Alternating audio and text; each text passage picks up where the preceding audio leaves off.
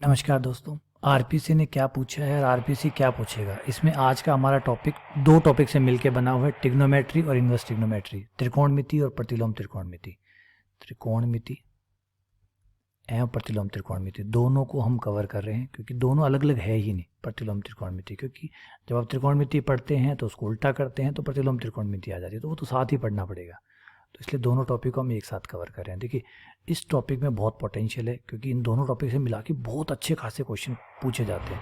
Normally minimum बता रहा हूँ, देखिए मिनिमम बता रहा हूँ, मिनिमम इस दोनों टॉपिक से मिला के 5 क्वेश्चन से शुरू होते हैं, कम से कम 5 नॉर्मली पूछता है, और कई बार 9-9 10-10 क्वेश्चन भी चले जाते हैं। 9-9 10-10 क्वेश्चन भी चले जाते हैं इन दोनों टॉपिक से। हाँ, प्रतिलोम त्रिकोणमिति का शेयर ज़्यादा नहीं है, उसमें ज़्यादा से ज़्यादा वो एक क्वेश्चन ही बस पूछा जाता है, ज़्यादा संभावना इसमें है नहीं। लेकिन त्रिकोणमिति में बहुत संभावना है क्योंकि त्रिकोणमिति सही में अपने आप में काफ़ी बड़ा है, आप जानते ही हैं। त्रिकोणमिति को अगर टॉपिक सिलेबस में नहीं भी शामिल करे तो कहाँ कहाँ से हटाएंगे। आप पूरा अवकलन में त्रिकोणमिति करते हैं, समाकलन में त्रिकोणमिति करते हैं, आप कौन सी ब्रांच ऐसी है मैथ्स की जिसमें त्रिकोणमिति का इस्तेमाल नहीं करते हो। कहीं ना कहीं किसी न किसी रूप में त्रिकोणमिति घुस ही जाता है ना, किसी न किसी रूप में त्रिकोणमिति घुस ही जाता है। तो त्रिकोणमिति तो हर जगह फंसा हुआ है, तो इसलिए ये तो बहुत इंपॉर्टेंट टॉपिक हो जाता है। और दूसरी बात, आपको पढ़ना ही पड़ेगा, उपाय भी नहीं है। मैंने कहा ना, त्रिकोणमिति से बच भी नहीं सकते। अगर आप सोचे कि त्रिकोणमिति नहीं पढ़ूँ, प्रतिलोम त्रिकोणमिति नहीं पढ़ूँ तो नहीं चलेगा। फॉर्मूले तो पढ़ने ही पड़ेंगे, फॉर्मूले तो पढ़ने ही पड़ेंगे। तो फॉर्मूले पढ़ेंगे तो थोड़ा सा और पढ़ लीजिए, टॉपिक भी तैयार हो जाएगा, ठीक है ना। तो ट्रिग्नोमेट्री तो पेपर में आएगा ही आएगा, प्लस इनवर्स ट्रिग्नोमेट्री उसका उल्टा होता है, तो थोड़ा सा और पढ़ लीजिए, दोनों ही साथ में कवर हो जाते हैं। अब इस टॉपिक की सब एक ही बड़ी प्रॉब्लम है, देखिए ये ट्रिकी टॉपिक है, ये टॉपिक ट्रिकी है, इसमें ट्रिक के बिना कोई काम नहीं चलेगा। तो आपको ट्रिक चाहिए ही चाहिए, आप ट्रिक से नहीं बच सकते। त्रिकोणमिति पूरा का पूरा ट्रिकी है, पूरा का पूरा ट्रिकी है, पूरा का पूरा फॉर्मूला बेस्ड है। हाँ, इसमें थोड़ा सा मेरा विश्लेषण है, वो मैं आपको समझाता हूँ। देखिए, अगर आपने फॉर्मूले याद कर लिए, ठीक है ना, अगर आपने फॉर्मूले याद कर लिए तो इन 9 में से लगभग आधे क्वेश्चन ऐसे आते हैं जो काफ़ी इजी होते हैं। देखिए, मैं सारे क्वेश्चन की बात नहीं कर, ध्यान से समझिए थोड़ी मेरी बात को जो मैं समझाना चाहता हूँ। 9 क्वेश्चन में से 9 के 9 क्वेश्चन इजी नहीं आते, टोटल 9 की बात करूँ तो नहीं आते, लेकिन इन 9 में से 4 या 5 क्वेश्चन बड़े बेसिक आते हैं, बेसिक टाइप के, जैसे sign square theta plus cos square theta पे 10th बेस टाइप के क्वेश्चन भी इसमें आते हैं। बहुत ईजी है, आराम से आप कर सकते हैं। कोई साइन ए प्लस बी, साइन ए माइनस बी पे भी आते हैं, टेन ए प्लस बी, टेन ए माइनस बी से जुड़े हुए आते हैं। कुछ 4 से 5 क्वेश्चन बहुत ईजी आते हैं। अगर आपने ट्रिग्नोमेट्री के फॉर्मूले याद कर लिए, थोड़े बहुत क्वेश्चन आपने एनसीईआरटी जितने भी निकाल लिए, एक व्यापक मान का क्वेश्चन आता है, व्यापक मान निकालने का, वो भी बहुत सिंपल आता है। तो बहुत ज़्यादा त्रिकोणमिति ना करने के बावजूद भी आप 4 से 5 क्वेश्चन आराम से अटेम्प्ट कर सकते हैं। हाँ, बचे हुए जो 4 क्वेश्चन होंगे, टोटल 9 क्वेश्चन आते हैं, बचे हुए 4 क्वेश्चन तो परेशान वाले करेंगे। उसके लिए तो आपको ट्रिग्नोमेट्रिक अच्छे से पढ़ना पड़ेगा, और पढ़ना ही नहीं पड़ेगा, ट्रिकें भी समझनी पड़ेगी। तो मुझे लगता है कि ज़्यादा टाइम अगर आपने ट्रिग्नोमेट्री पहले कभी पढ़ी हुई है, कई बार रिवीजन किया हुआ, तो ठीक है, तब तो आप जा सकते हैं। लेकिन अगर अभी आप जस्ट पढ़ना शुरू कर रहे हैं और आपने ज़्यादा ट्रिग्नोमेट्री नहीं पढ़ी हुई है, तो मैं कह रहा हूँ ट्रिग्नोमेट्री में आप आधे क्वेश्चन के साथ संतुष्ट हो जाइए। आधे क्वेश्चन, क्योंकि प्रतिलोम त्रिकोणमिति का एक क्वेश्चन आता है वो ठीक ठाक आता है लगभग। वो अगर इजी आया तो बहुत इजी आएगा, टफ आएगा तो फिर आईआईटी लेवल का आएगा, वो तो आपके फिर परे ही निकल जाएगा। तो एक हिस्सा इजी भी हो सकता है, टफ भी हो सकता है। लेकिन कुछ क्वेश्चन जैसे मैंने बताया त्रिकोणमिति के बेसिक आते हैं, वो आपके लिए ईजी होंगे, तो उसके साथ आप जा सकते हैं। त्रिकोणमिति के सूत्रों पे, फॉर्मूलों पे फोकस करिए, इससे आपको 2 फायदे होंगे। ट्रिग्नोमेट्री के 4-5 क्वेश्चन भी कवर होंगे, प्लस समाकलन, अवकलन, पीजी यूजी के जो टॉपिक है उनमें भी बहुत मदद मिलेगी, क्योंकि फॉर्मूला ट्रिग्नोमेट्री कहाँ नहीं है, लगभग सब जगह ही है। तो उस हिसाब से फ़ायदा उठाइए। पूरे 9 क्वेश्चन करने हैं तो आप एनसीईआरटी निकालिए, एनसीईआरटी, मैं उसमें कुछ भी नहीं छुटाना चाहूँगा। इस बार मैं ये नहीं बताना चाहूँगा इस टाइप का क्वेश्चन, उस टाइप का क्वेश्चन नहीं है। देखिए, ज़्यादातर है क्या त्रिकोणमिति में, पहले समझिए। सबसे पहले है कोण का खेल, डिग्री, रेडियन, इनके बीच में संबंध, ठीक है। और साइन थीटा आपको दिया गया है, टेन थीटा पूछ लिया, टेन थीटा दिया गया, कॉस थीटा पूछ लिया, या साइन थीटा दिया गया, साइन थीटा बाई 2 पूछ लिया।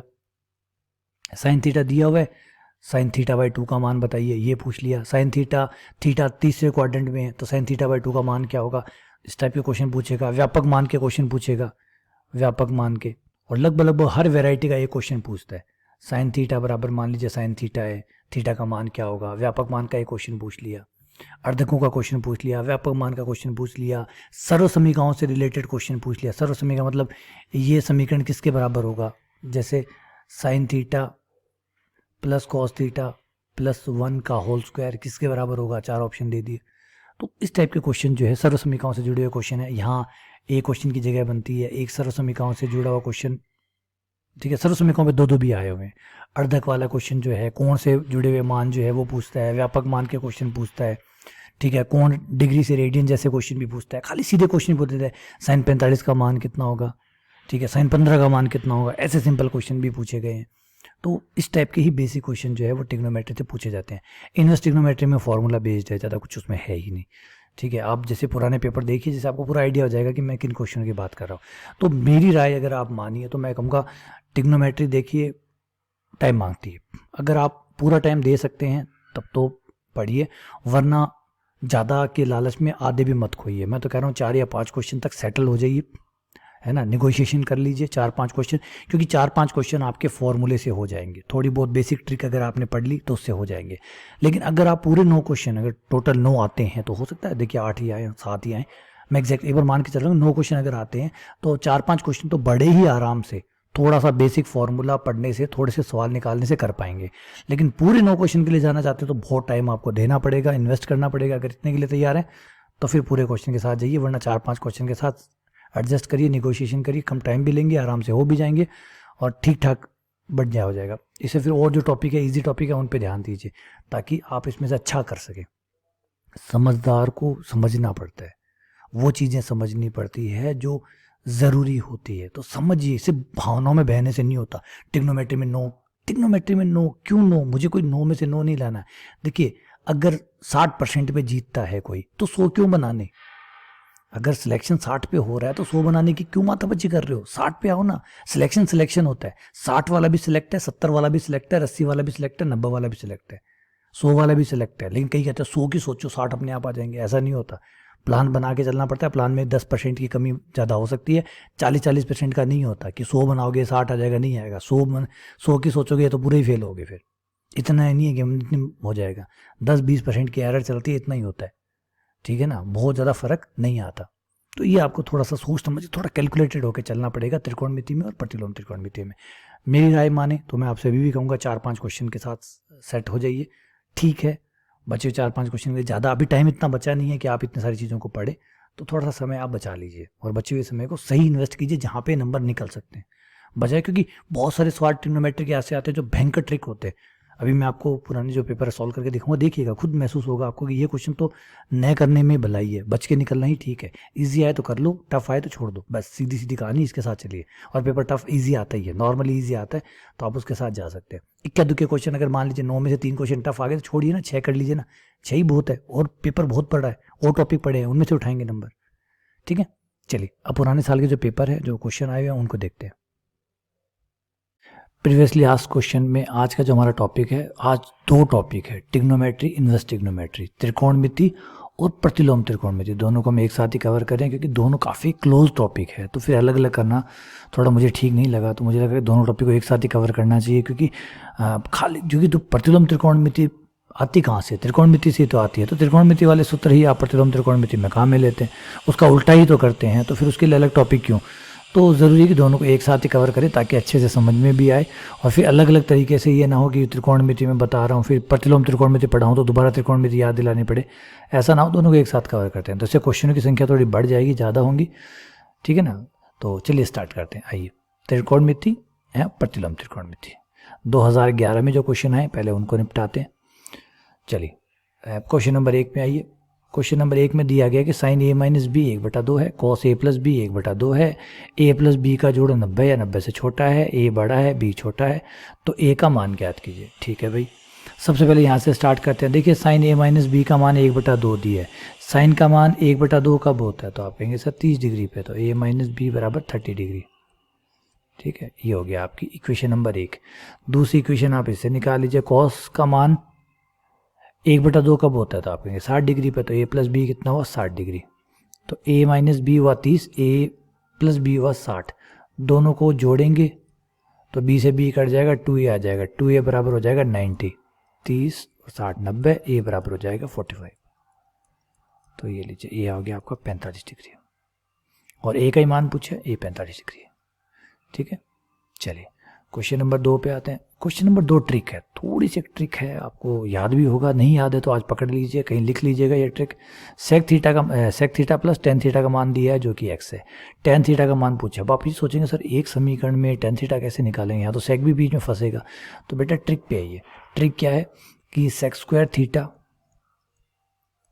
माइनस टेन स्क्वायर थीटा बराबर 1, sec theta minus tan theta और sec theta plus tan theta बराबर हो गया आपका 1, क्योंकि A square minus B square से A minus B A plus B, इसमें से sec theta plus tan theta का मान आपका x हो गया, तो आपको sec theta minus tan theta का मान मिल जाएगा इससे। Sec theta minus tan theta बराबर 1/x। तो ये चीज़ याद रखिएगा कि अगर sec theta plus tan theta, आगे भी क्वेश्चन मिलते हैं और ऐसे बनते हैं, जानबूझ के बनाते हैं वो, क्योंकि उन्हें पता है कि sec theta plus tan theta का मान दे दिया। अब sec theta minus tan theta, अगर उसे वो फॉर्मूला याद है त्रिकोणमिति वाला, तो वो sec theta minus tan theta भी निकाल लेगा, फिर दोनों को जोड़ेगा। जोड़ने से अगर सेक थीटा चाहिए तो दोनों को जोड़िए, टेन थीटा चाहिए तो दोनों को घटा दीजिए। तो यहाँ मुझे टेन चाहिए तो दोनों को घटा दिया, घटाने पर आ जाएगा 2 टेन थीटा, 2 टेन थीटा बराबर x माइनस 1/x। लघुत्तम को तुम ले सकता हूँ, 2 इधर भेज दूंगा, टेन थीटा बराबर आ जाएगा एक्स स्क्वायर माइनस 1/2x। ये लीजिए, ये आपका आंसर हो गया। ठीक है, तो याद रखिएगा ये ट्रिक है, ट्रिक बिना सवाल नहीं हो सकता। क्वेश्चन नंबर 3 जो है वो तो गलत है, क्योंकि यहाँ 3a लिखा हुआ है cos a माइनस 26, तो 3a न्यून पूर्णांक, न्यून कोण है तो a का मान ज्ञात कीजिए। यहाँ शायद कुछ भी जो साइन कॉस है वो लिखना भूल गया, कि यहाँ साइन था या कॉस था, जो भी था वो लिखना भूल गया, इस वजह से क्वेश्चन गलत हो गया, मिसप्रिंट हो गया। तो आप चेक कर लीजिएगा, 2011 का क्वेश्चन है, सॉल्व कर लीजिएगा, अगर आपसे हो जाए तो ठीक है, नहीं होता तो मुझे भेज दीजिएगा। आइए आगे बढ़ते हैं क्वेश्चन नंबर 4 पे। क्वेश्चन नंबर 4 में ए बी सी अंतः कोण है त्रिभुज के, त्रिभुज के तीनों कोणों का योग 180 होता है। तो यहाँ से स्टार्ट कर लेते हैं। ए प्लस सी बराबर 180, जिसमें से बी प्लस सी मैं यहाँ से निकाल सकता हूँ। बी प्लस सी बराबर हो जाएगा 180 माइनस ए, ये मान आप यहाँ रख दीजिए, पाई माइनस a/2, अलग अलग कर दीजिए, pi minus a/2। Sine 90 minus theta क्या होता है, जो कि कॉस थीटा होता है, तो क्या कॉस a/2। ठीक है, अगले क्वेश्चन पे आ जाइए। Question number 5, sine square 45 plus sine square 25 plus sine square 65 plus sine square 75। देखिए 25 के मान आपको नहीं पता, 65 के आपको नहीं पता, और किसी को भी नहीं पता, आपको क्या किसी को भी नहीं पता, तो इसका मतलब है कि मान वाला क्वेश्चन तो नहीं है, कुछ ना कुछ ट्रिक जरूर है। 25 के मान होते ही नहीं है, टेबल में होते हैं 25 के मान, वो जो 1-1 डिग्री 2-2 डिग्री की जो टेबल आती है, पूरी जो टेबल आती है, ये मैं उसकी बात नहीं कर रहा हूँ 0 30 45 60 90 वाले की, नहीं, जो पूरी टेबल आती है साइन वाली, उसमें आपको 25 डिग्री का मान मिलेगा। वो टेबल किसी को भी याद नहीं है और हो भी नहीं सकती, ठीक है ना। तो बेहतर ये है कि इसमें कुछ ना कुछ ट्रिक है, आप उसको पकड़े। तो ट्रिक क्या है, साइन स्क्वायर 15 है, ठीक है जी। अब ये साइन स्क्वायर 65 है, इसको मैं अगर कॉस में लिखूं तो, क्योंकि मुझे पता है कि साइन को कॉस में और कॉस को साइन में बदला जा सकता है 90 की सहायता से, तो यहाँ मैं 90 का इस्तेमाल करूँगा, 90 डिग्री का। तो साइन स्क्वायर 15 हो गया, प्लस इसे साइन में 65 है, जो साइन में 65 होता है वो कॉस में 90 माइनस 65 होगा, 90 माइनस 65 यानी 15 होगा, तो कॉस में ये 15 हो गया, कॉस स्क्वायर 15 डिग्री, साथ में प्लस साइन स्क्वायर 25, इसको लिख लीजिए, और सॉरी ये 65, 90 में से 65 के 25, ये 25 होगा, इसे बदल रहा हूँ मैं, ये इसको बदल रहा हूँ, साइन स्क्वायर 75, साइन स्क्वायर 75 को कोस स्क्वायर 15 लिख सकते हैं, कोस स्क्वायर 15, और साइन स्क्वायर 25, इसको ठीक है, इस साइन स्क्वायर 65 को लिख रहा हूँ कोस स्क्वायर 25, और हमें पता है कि sine square plus cos square का मान 1 हो जाता है, तो इसका मान 1, इसका मान 1, दोनों 1 और 1 मिलाकर 2 हो गए, 1 और 1 2, ये आपका आंसर हो गया। क्वेश्चन नंबर 6, क्वेश्चन नंबर 6 तो भाई ज़बरदस्त पूछा, ज़बरदस्त क्वेश्चन पूछा ये तो, मतलब यहाँ तो आईआईटी का लेवल पकड़ लिया, यहाँ तो आईआईटी का लेवल पकड़ लिया। अब ये क्या पूछा गया, देखिए क्वेश्चन में है क्या, क्वेश्चन में ये है कि बच्चे पढ़ते हैं कि tan inverse x plus tan inverse y, अधिकतर बच्चों को tan इनवर्स x और tan इनवर्स x का एकमात्र फॉर्मूला याद है, एकमात्र। अब आप कहेंगे सर और भी होते हैं, हाँ जी बिल्कुल और भी होते हैं, लेकिन ज़्यादातर बच्चों को ये फॉर्मूला पता है, और इस फॉर्मूले में भी आपको ये नहीं पता कि रिक्वायरमेंट क्या है, रिक्वायरमेंट नहीं पता इस फॉर्मूले की भी कि इस फॉर्मूले को लगाने के लिए इन लोगों को लगता है कि एक्स वाई चाहे कुछ भी हो, ये फॉर्मूला हमेशा काम करता है। ना ना जी, ये फॉर्मूला अगर आप यहाँ लगाते हैं तो आप गलती कर बैठेंगे। इवन अच्छी बात ये है इस क्वेश्चन की कि इस क्वेश्चन ने गलत आंसर नहीं दिया, अगर गलत आंसर देते तो फंस जाते आप। समझाता हूँ कैसे, ये मेरा फ़र्ज बनता है यहाँ पे मैं थोड़ा सा टाइम एक्स्ट्रा लूँगा आपका समझाने के लिए। गलती क्या होगी, अगर आपने यहाँ पे सीधा फॉर्मूला लगाया तो देखिए क्या होगा, 2 + 3 बट्टा 1 - 2 × 3 6 5 से 5 कट गया, tan इनवर्स 1 आ गया, -1 बाहर आ जाएगा, ये tan इनवर्स 1 यानी π/4 -π/4। अगर ए ऑप्शन हटा के -π/4 कर दिया होता तो अधिकतर बच्चे -π/4 आंसर दे चुके होते, अधिकतर दे चुके होते, जबकि ये गलत होता। क्यों गलत होता? क्योंकि ये फॉर्मूला काम करने के लिए जो बेसिक शर्त है वो है कि आपका x और y का दोनों का जो गुणनफल है वो लेस देन 1 होना चाहिए, जो कि नहीं है। क्या यहाँ पे x और y का गुणनफल लेस देन 1 है? नहीं। 2 और 3 का गुणनफल तो 6 आता है, 6 जो है वो 1 से बड़ा है, तो ये फॉर्मूला नहीं लगेगा। तो कौन सा फॉर्मूला लगेगा? वो फॉर्मूला लगेगा जब x और y का गुणनफल अगर 1 से बड़ा है, 1 से बड़ा है तो ये फॉर्मूला बदल जाता है, चेंज हो जाता है। tan inverse x plus tan inverse y pi plus, याद रखिएगा। अगर नहीं पता है फॉर्मूले तो ऐसे क्वेश्चनों को अटैम्प्ट मत करिएगा, नेगेटिव मार्किंग ले जाएगी और फिर बाद में केवल सीख छोड़ जाएगी आप लोगों के लिए कि इसमें ये लगने वाला था। बाकी सब कुछ वैसा ही है, बस एक पाई प्लस हो गया और ये आपका -π/4 आना ही था, वो -π/4 ही आएगा, लेकिन इस बार आपका आंसर हो गया 3π/4। ये आपका सही आंसर है, 3π/4। ठीक है, बढ़िया क्वेश्चन था ना। एक क्वेश्चन IIT वाला टिका ही दिया है ना। तो 6 क्वेश्चन आए हैं, यहाँ देख सकते हैं 2011 में 6 क्वेश्चन आए। बाकी क्वेश्चनों का लेवल कोई ज़्यादा अच्छा नहीं था, हाँ एक क्वेश्चन का लेवल ज़बरदस्त था। और वैसे ये 5 क्वेश्चन भी देखिए, अगर आपको याद आ जाता है ट्रिक तो ठीक है, नहीं याद आता तो टफ ही था। ठीक है, ये था 2011 का लेवल। इसमें दोनों आगे इन्वर्स का एक क्वेश्चन आपको देखने को मिला है, बाकी त्रिकोणमिति के 4 क्वेश्चन आए हैं, मैं मतलब 5 क्वेश्चन त्रिकोणमिति के। चलिए आगे बढ़ते हैं, अगला आते हैं 2013 का पेपर, आरपीएससी का 2013 का पेपर। 2013 में क्या पूछा आरपीएससी ने, उस पर चलते हैं। 1 रेडियन किसके बराबर है, ये भी बताते हैं।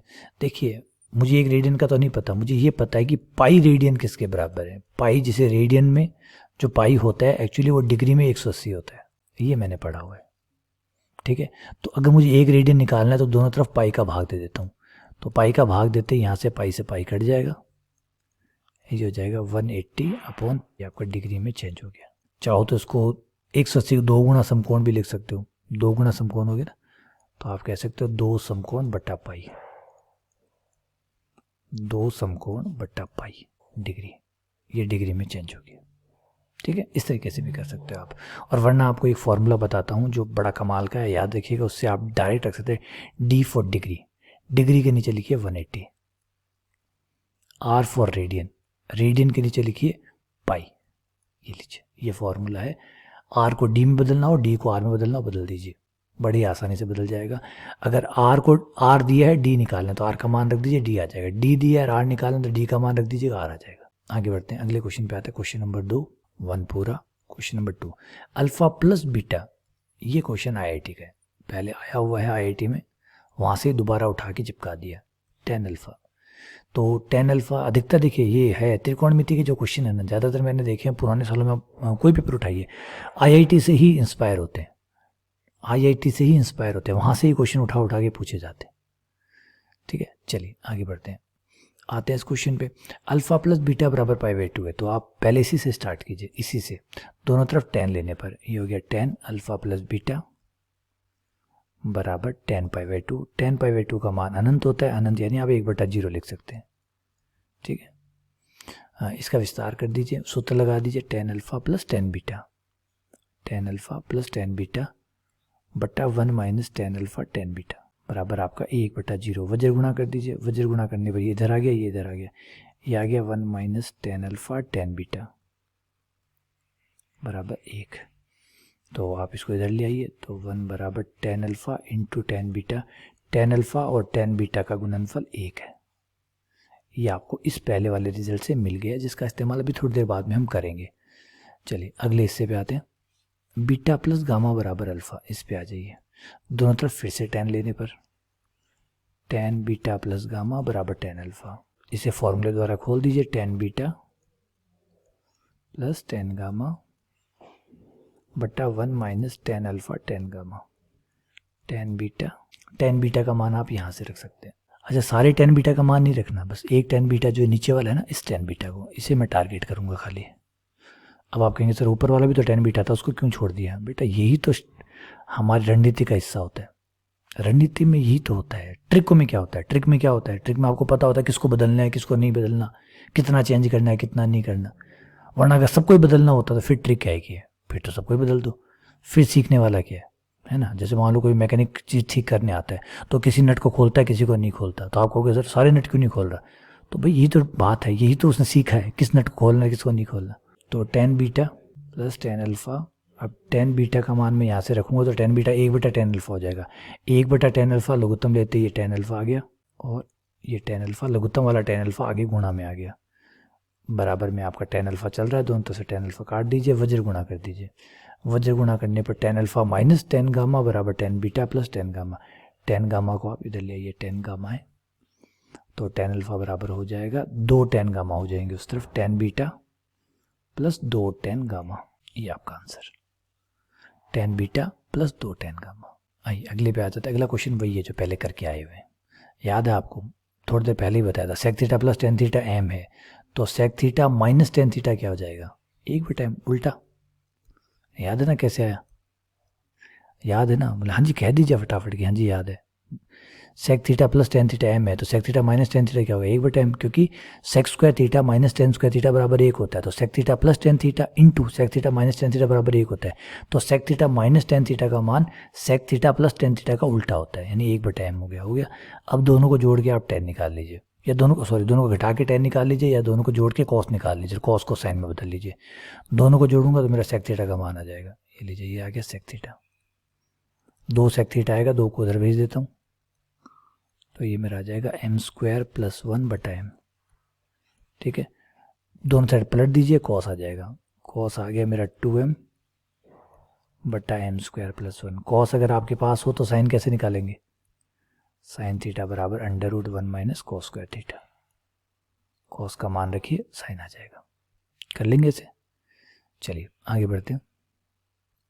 क्वेश्चन नंबर 4, साइन थीटा बराबर -1/2, टेन थीटा बराबर -1/√3, संतुष्ट करने वाले क्यू का मान। देख लीजिए, पहले एक चीज़ ध्यान रखिएगा, साइन का मान भी माइनस का है, टेन का मान भी माइनस का। तो मुझे वो बताइए उस क्वाड्रेंट जिस क्वाड्रेंट में साइन भी माइनस का होता है, टेन भी माइनस का होता है। सेकंड क्वाड्रेंट में टेन माइनस का होता है लेकिन साइन माइनस का नहीं होता। ठीक है, सही है। अब ऐसा क्वाड्रेंट कौन है जिसमें दोनों माइनस होते हैं, तो भैया वो है हमारा क्वाड्रेंट नंबर 4। क्वाड्रेंट नंबर 4 में साइन भी माइनस होता है, टेन भी माइनस होता है। इसका मतलब जो कोण आएगा थीटा, वो क्वाड्रेंट नंबर 4 का होना चाहिए। क्वाड्रेंट नंबर 4 की क्या खासियत है, क्वाड्रेंट नंबर 4 की, चतुर्थांश नंबर 4 की क्या खासियत है, चतुर्थांश नंबर, ये जो चौथा चतुर्थांश है इसके कोण का जो हिसाब किताब है वो ये होता है 270 डिग्री से लेकर 360 डिग्री तक, अगर प्लस की बात करें। और माइनस में बोलेंगे तो इसका कोण होता है 0 से लेकर -90 तक, 0 से लेकर -90 तक। उल्टा बोल रहे हैं तो माइनस में बोल सकते हैं, कोई दिक्कत नहीं है। क्लियर है।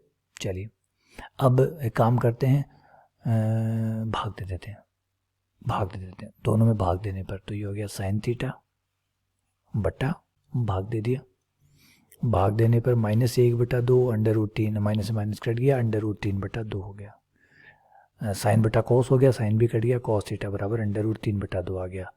कॉस थीटा का मान √3/2 कब होता है, जब थीटा का मान -π/6 हो। आपने सर -π/6 क्यों लिखा, +π/6 क्यों नहीं लिखा, बेटा यही तो बात थी। मैंने क्या कहा था कि थीटा का मान याद रखिएगा, क्योंकि थीटा का जो है वो फोर्थ क्वाड्रेंट में, फोर्थ क्वाड्रेंट में या तो आप 270 से 360 के बीच वाला कोण लिखिए, या 0 से लेकर -90 के बीच का कोण लिखिए, तो हुआ -π/6। ठीक है ना। हाँ चिंता मत करिए, कॉस का मान √3/2 जो है वो +π/6 पे भी होता है, -π/6 पे भी होता है। लेकिन अगर मैं +π/6 ले लेता हूँ तो ठीक है, ये तो काम कर जाएगा। लेकिन +π/6 जो है वो इन दोनों को संतुष्ट नहीं करेगा। रख के देख लीजिए, करता है क्या इनको संतुष्ट, तो जवाब है नहीं करता है इनको संतुष्ट। रख लीजिए, क्या करेगा इनको संतुष्ट, नहीं करेगा। प्लस का π/6 रखने पर, यानी 30 डिग्री रखने पर इसका मान आएगा प्लस का 1/2, जबकि आना चाहिए -1/2। देखिए -π/6 रखेंगे तो ये भी संतुष्ट हो जाएगा, ये भी संतुष्ट हो जाएगा। ठीक है, तो बहुत सोच समझ के कौन चूज करने पड़ते हैं। ये हो गया। अब कॉस है तो कॉस का व्यापक मान क्या होता है, 2nπ प्लस माइनस आपका जो कोण है -π/6।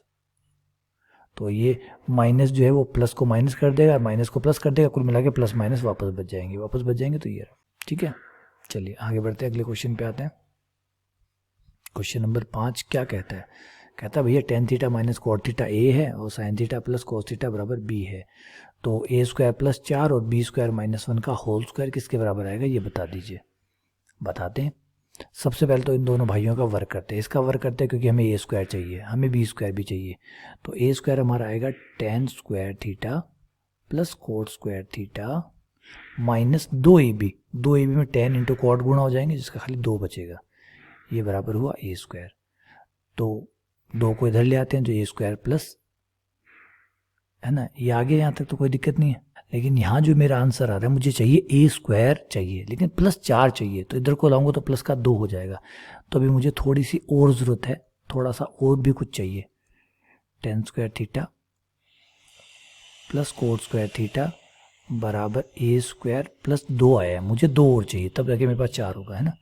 तो कोई बात नहीं, 2 और ऐड कर देते हैं भाई साहब को, 2 उधार दे देते हैं, दोनों साइड 2 जोड़ने पर। Ten square theta plus cot square theta plus 2 इधर उधार दे दी, इधर दे दी तो इधर भी जोड़ने पड़ेंगे क्योंकि मैथ से बराबर रखना पड़ता है, 4। ठीक है, ये ten theta plus cot theta का होल स्क्वायर बन गया। बन गया? हाँ जी सर बन गया। Ten theta plus cot theta का होल स्क्वायर। अब इसमें एक चीज़ ज़रूर आप क्वेश्चन पूछ सकते हैं कि सर ये तो देखिए, जब क्योंकि 2 जो है 2 के साथ हम लिख सकते हैं गुणा में 1, और 1 की जगह लिख सकते हैं tan theta into cot theta, क्योंकि 10 इंटू कॉट 1 होता है। तो ये देखिए tan theta plus tan square theta plus cot square theta plus 2 tan theta cot theta, यानी tan theta plus cot theta का होल स्क्वायर बन गया। ठीक है, टेन को लिख लीजिए साइन बटा कॉस, कोट को लिख लीजिए कॉस बटा साइन, लिख लेंगे, लघुत्तम लेंगे, साइन कॉस आ जाएगा, ऊपर साइन स्क्वायर नीचे ऊपर cos square, sine square plus cos square का मान 1, तो आगे आपका 1 बटा साइन थीटा कॉस थीटा का स्क्वायर। ये लीजिए, ये आपके पास आ गया, इसको रख लीजिए एक बार थोड़ी देर के लिए। इक्वेशन नंबर 1 बना के इक्वेशन नंबर 2 बनाइए, उसमें बी स्क्वायर चाहिए आपको, मतलब ये जो बी है इसका स्क्वायर चाहिए, तो वर्क करने पर ये हो गया sign square theta plus cos square theta plus 2 cos theta sine theta, और ये बी स्क्वायर हो गया। Sine square plus cos square का मान 1 हो गया, 1 को इधर ले जाते हैं, ये हो गया आपका 2 साइन थीटा कॉस थीटा बराबर बी स्क्वायर माइनस 1। मुझे बी स्क्वायर माइनस 1 नहीं चाहिए, मुझे बी स्क्वायर माइनस 1 का स्क्वायर भी चाहिए, तो दोनों तरफ स्क्वायर करने पर ये जाएगा 4 square theta cos square theta बराबर बी स्क्वायर माइनस 1 का होल स्क्वायर। ये समीकरण नंबर 2 बन गई। 1 और 2 की गुणा कर दीजिए, समीकरण 1 गुणा 2, जैसे ही गुणा करेंगे साइन स्क्वायर से साइन स्क्वायर, कोस स्क्वायर से कोस स्क्वायर कट गया, बराबर में आ गया 4। ये हो गया A square plus 4 into B square minus 1 का स्क्वायर। तो ये किसके बराबर हुआ? ये 4 के बराबर हुआ। ये पूछा है कि बी स्क्वायर माइनस 1 का स्क्वायर ए स्क्वायर प्लस 4 किसके बराबर है, तो जवाब है 4 के बराबर हुआ। क्लियर है? चलिए आगे बढ़ते हैं। Question number 6। क्वेश्चन नंबर 6 बहुत अच्छा पूछा गया। क्वेश्चन नंबर 6 में जो पूछा गया कि एक त्रिभुज है जिसकी भुजाएं 3, 4 और 5 है। इन भुजाओं को देख के समझ में आ रहा है आपको कुछ कि ये त्रिभुज कौन है? ये त्रिभुज कौन है? थोड़ा बहुत आइडिया हो रहा है आपको? बिल्कुल भी आइडिया नहीं हो रहा। 3, 4, 5 की जो खासियत है वो ये है कि 3 का स्क्वायर प्लस 4 का स्क्वायर बराबर 5 का स्क्वायर है। इसका मतलब ये जो त्रिभुज है, ये त्रिभुज समकोण त्रिभुज है। ये समकोण है, इसका मतलब है ये कर्ण है ना, ये कर्ण है। 5 कर्ण है, ये 3 है, ये 4 है। अब समकोण त्रिभुज की एक खासियत होती है, वो ये होती है कि समकोण त्रिभुज में जो परिवर्त होता है, परिवर्त, उसकी जो त्रिज्या होती है वो आपका जो विकर्ण होता है उसकी आधी होती है। यानी कैपिटल आर जो है वो आपका जो कर्ण है उसकी आधी होती है, कर्ण की हाफ होती है, कर्ण बाई 2 होती है। ठीक है, और कर्ण बाई 2 होती है 5/2 यानी 2.5 आ गई, ये आपकी आर आ गई। और आपका जो इसके बाद में जो अंतर्वृत्त बनता है जिसे अंतःवृत्त कहते हैं, अंतःवृत्त की त्रिज्या जो होती है जिसे स्मॉल आर कहते हैं, स्मॉल आर जिसे कहते हैं, ध्यान दीजिएगा, स्मॉल आर बराबर होता है P प्लस बी, मतलब आपका परपेंडिकुलर मतलब लंब, बी मतलब बेस मतलब आधार, माइनस h/2 का स्क्वायर। मतलब लंब और आधार को जोड़िए, कर्ण को घटाइए, उसका आधा करिए, उसका स्क्वायर, उसका आधा, बस स्क्वायर नहीं है, बस लंब और आधार को जोड़ के कर्ण को घटा के आधा कर दीजिए। तो 3 और 4 7, 7 में से 5 गए 2, 2/2 कट गया 1, तो अंतःवृत्त की त्रिज्या हुई 1। अब दोनों का क्षेत्रफलों का अनुपात पूछा है, दोनों के क्षेत्रफलों का अनुपात पूछा है, तो वो निकाल देते हैं। एक का छोटे वाले का हो जाएगा पाई आर स्क्वायर, बड़े वाले का हो जाएगा कैपिटल पाई आर स्क्वायर। ये तो कट गया, ये स्मॉल आर बटा कैपिटल आर का स्क्वायर आ गया। स्मॉल आर हमारी है 1, कैपिटल आर है 2.5, तो ये 1/2.5 का स्क्वायर हो गया। और 2.5 को हम लिख सकते हैं 5/2, 2 पलट के ऊपर चला जाएगा 4/25, ये आपका आंसर आ गया। ठीक है, तो इसमें कुछ नई बातें सीखने को मिली है कि एक तो जो आपका अंतःवृत्त होता है, बाह्य वृत्त होता है, उसकी त्रिज्याएं जो है समकोण त्रिभुज में इस तरीके से निकलती है, वो कहीं लिख लीजिए ताकि आपको मदद करे। क्वेश्चन नंबर 7, एक त्रिभुज है जिसके कोण 4, 1, 1 अनुपात में है। ठीक है, तो ए कोण जो है 4, 1, 1, तो आपके जो कोण है वो तो 180 डिग्री, 180 डिग्री कोण होता है तीनों कोणों का योग। तो आपका जो ए कोण है वो 4 के अनुपात में, कोण बी, अनुपातों वाला विज्ञान लगाइए। अनुपातों वाला विज्ञान कैसे काम करता है, ए कोण, बी कोण, सी कोण का अनुपात है 4:1:1। अनुपातों का योग हुआ 6, तो आपका जो ए कोण है वो बाहर आ जाएगा। ए कोण हो गया 4/6 × 180। याद ना, साझा पढ़ा हो ना पार्टनरशिप। पार्टनरशिप में क्या होता है, अनुपातों का योग, और जिस अनुपात को निकालना होता है उसको ऊपर, अनुपातों का योग नीचे, और कुल जितना है टोटल वो ले लेते हैं। तो 30, 120 डिग्री, तो कोण ए आपका हुआ 120 डिग्री, कोण बी आपका हुआ 1/6 30 डिग्री, कोण सी आपका हुआ 30 डिग्री। ये लीजिए कोण आ गए। अभी हमसे पूछा गया सबसे बड़ी भुजा और परिमाप। परिमाप का मतलब त्रिभुज की तीनों भुजाओं का योग।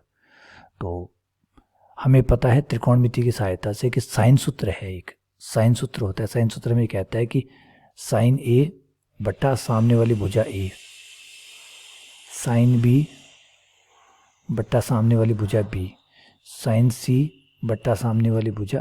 ठीक है, तो साइन ए का मान 120, 120 का मान हो जाता है √3/2, √3/a। साइन बी 30 डिग्री का मान 1/2, 1/2/b, साइन सी 1/2, 1/2/c, सब में से 2 काट दीजिए। तो आपकी जो भुजाएं हैं उनका अनुपात आया आपका √3:1:1। तो अनुपातों का योग हो जाता है √3 + 2। तो अगर ए भुजा जो है, सबसे बड़ी भुजा कौन सी होगी जिसका अनुपात बड़ा है, अनुपात कितना है √3, तो सबसे बड़ी भुजा है √3। तीनों भुजाओं का योग है √3 + 2।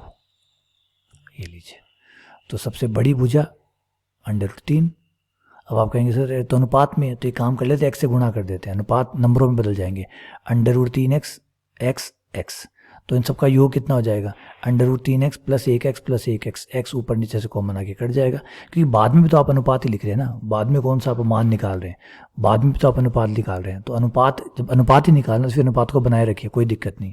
हाँ, मान निकालना होता है, अब ये नहीं कह रहा है भुजा √3 है, नहीं, भुजा नहीं है, भुजाओं का जो तीनों के साथ अनुपात है 1/3 है। जैसे मैं और मेरा साझेदार ने, हमने 2:3 तय किया, इसका मतलब मुझे 2 रुपये मिलेंगे, उसको 3 रुपये मिलेंगे। इसका 2-3 का मतलब नहीं है, जितना भी लाभ होगा उसको 2 और 3 में बांटा जाएगा, ये वैसा कहना चाहता है।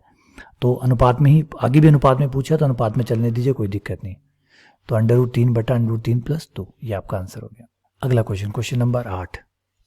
क्वेश्चन नंबर 8 है कि A1, A2, A3 ये डैश डैश समांतर श्रेणी में है, और ये आपका tan इनवर्स D/AI + 1। भाई जानबूझ के यहाँ तो खास करके पूछा जा रहा है, बाद में IIT वाले क्वेश्चन है वो उठा के भर दिए हैं। अब ये IIT का क्वेश्चन है, हाँ कोई बहुत लेवल का तो है ये क्वेश्चन, बिल्कुल है, क्योंकि अगर आप लोगों ने इस टाइप के क्वेश्चन कभी सॉल्व किए ही नहीं है तो सवाल ही नहीं उठता कि एग्जाम में ये आपसे हो जाए। ऐसे के लिए बहुत ट्रिक चाहिए, बहुत मतलब आपको बेसिक जो है वो अच्छा से समझ में आना चाहिए। पहले तो बेसिक में तो कोई डाउट होना ही नहीं चाहिए, बेसिक तो इतना अच्छा होना चाहिए कि बहुत बहुत बहुत शानदार हो, क्योंकि बेसिक के ऊपर ट्रिक आती है। ये वो है जिसको क्रिकेट खेलना आता है, वो ग्राउंड को जानता है, सब समझता है। अब उसके बाद आता है कि वो पीछे कैसे मारेगा, ठीक है ना, कहीं अपने शरीर पे खा ले, हाथ पैर तुड़वा ले, उससे बेहतर पहले उसे है कि सब कुछ आता है, क्रिकेट अच्छे से खेला हुआ है, वो हर फास्ट बॉल को झेल सकता है, सब तैयार है।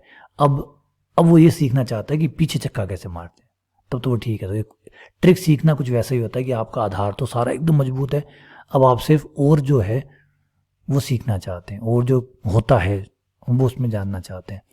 आइए इसमें बात करते हैं। देखिए इसमें क्या है, इसमें खेल, और वो भी अच्छे वाला।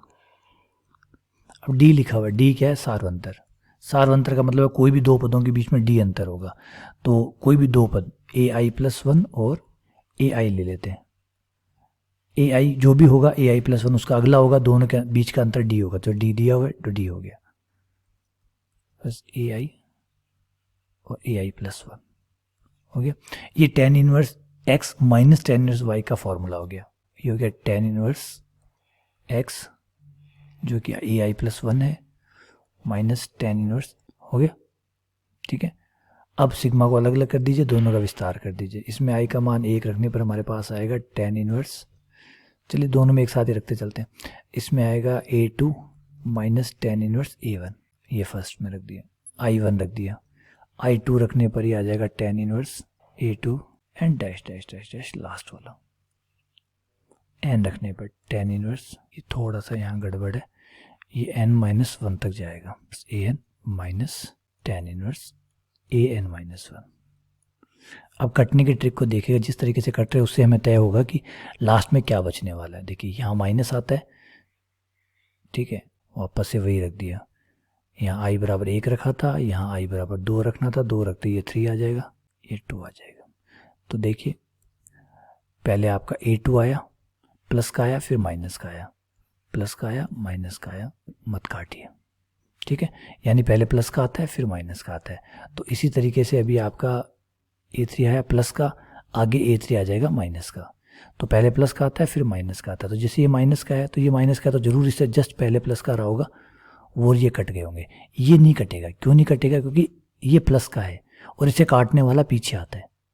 तो जो काटने का क्रम है उससे पकड़िए, बात समझिए, कौन बचेगा कौन नहीं बचेगा। इस परले में कौन बचेगा कौन नहीं बचेगा। इस परले में क्या हो रहा है, पहले प्लस का आता है, उसके पीछे माइनस का आता है और उसे काट देता है, प्लस आता है फिर माइनस आता है, काट देता है। तो इस हिसाब से ये माइनस का है तो इससे जस्ट पहले प्लस का आया होगा, तो ये प्लस माइनस कट गया।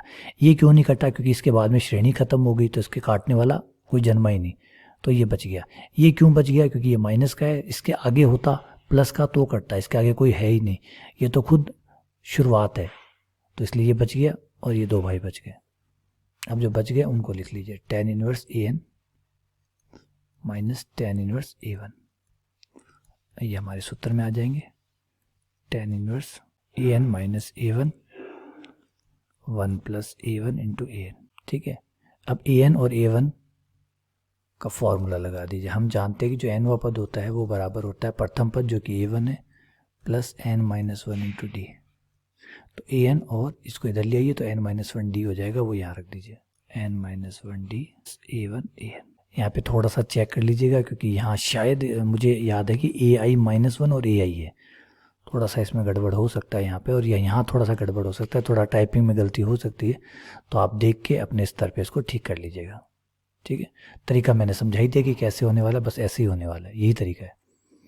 आइए अगले क्वेश्चन पे आते हैं, क्वेश्चन नंबर 9, जो कि पहाड़ियों का क्वेश्चन आ गया, चोटी से उन्नयन कोण का आ गया, 10वीं की याद दिला देता है। ये पहले 10th के क्वेश्चन हुआ करते थे, अभी आरपीएससी में आ रहे हैं तो 10th के लेवल के हिसाब से आ रहे हैं, वैसे ट्रिग्नोमेट्री का क्वेश्चन मान के इसको काउंट किया जा रहा है। तो ये है हमारे अवनमन कोण और उन्नयन कोण, ऊपर से देखिए नीचे से देखिए, नीचे से देखते हैं तो ये उन्नयन कोण होते हैं, ऊपर से देखते हैं तो अवनमन कोण होते हैं। ठीक है, तो यहाँ पे क्या कह रहा है कि 60 मीटर ऊंची पहाड़ी की चोटी से एक मीनार, भाई पहाड़ियाँ ऊंची होती है, मीनारें तो इतनी ऊंची होती नहीं है, तो ये आपकी पहाड़ी रही। ठीक है, इस पहाड़ी से ये आपकी मीनार रही, मीनार को देखना है आपको, मीनार को 2 बार देखना है, एक तो उसकी चोटी को देखना है, एक उसके तल को देखना है। तो ये रहा, चोटी को देख ले, मीनार पहाड़ी से देखना है। ठीक है, पहाड़ी से आपको दोनों को देखना है।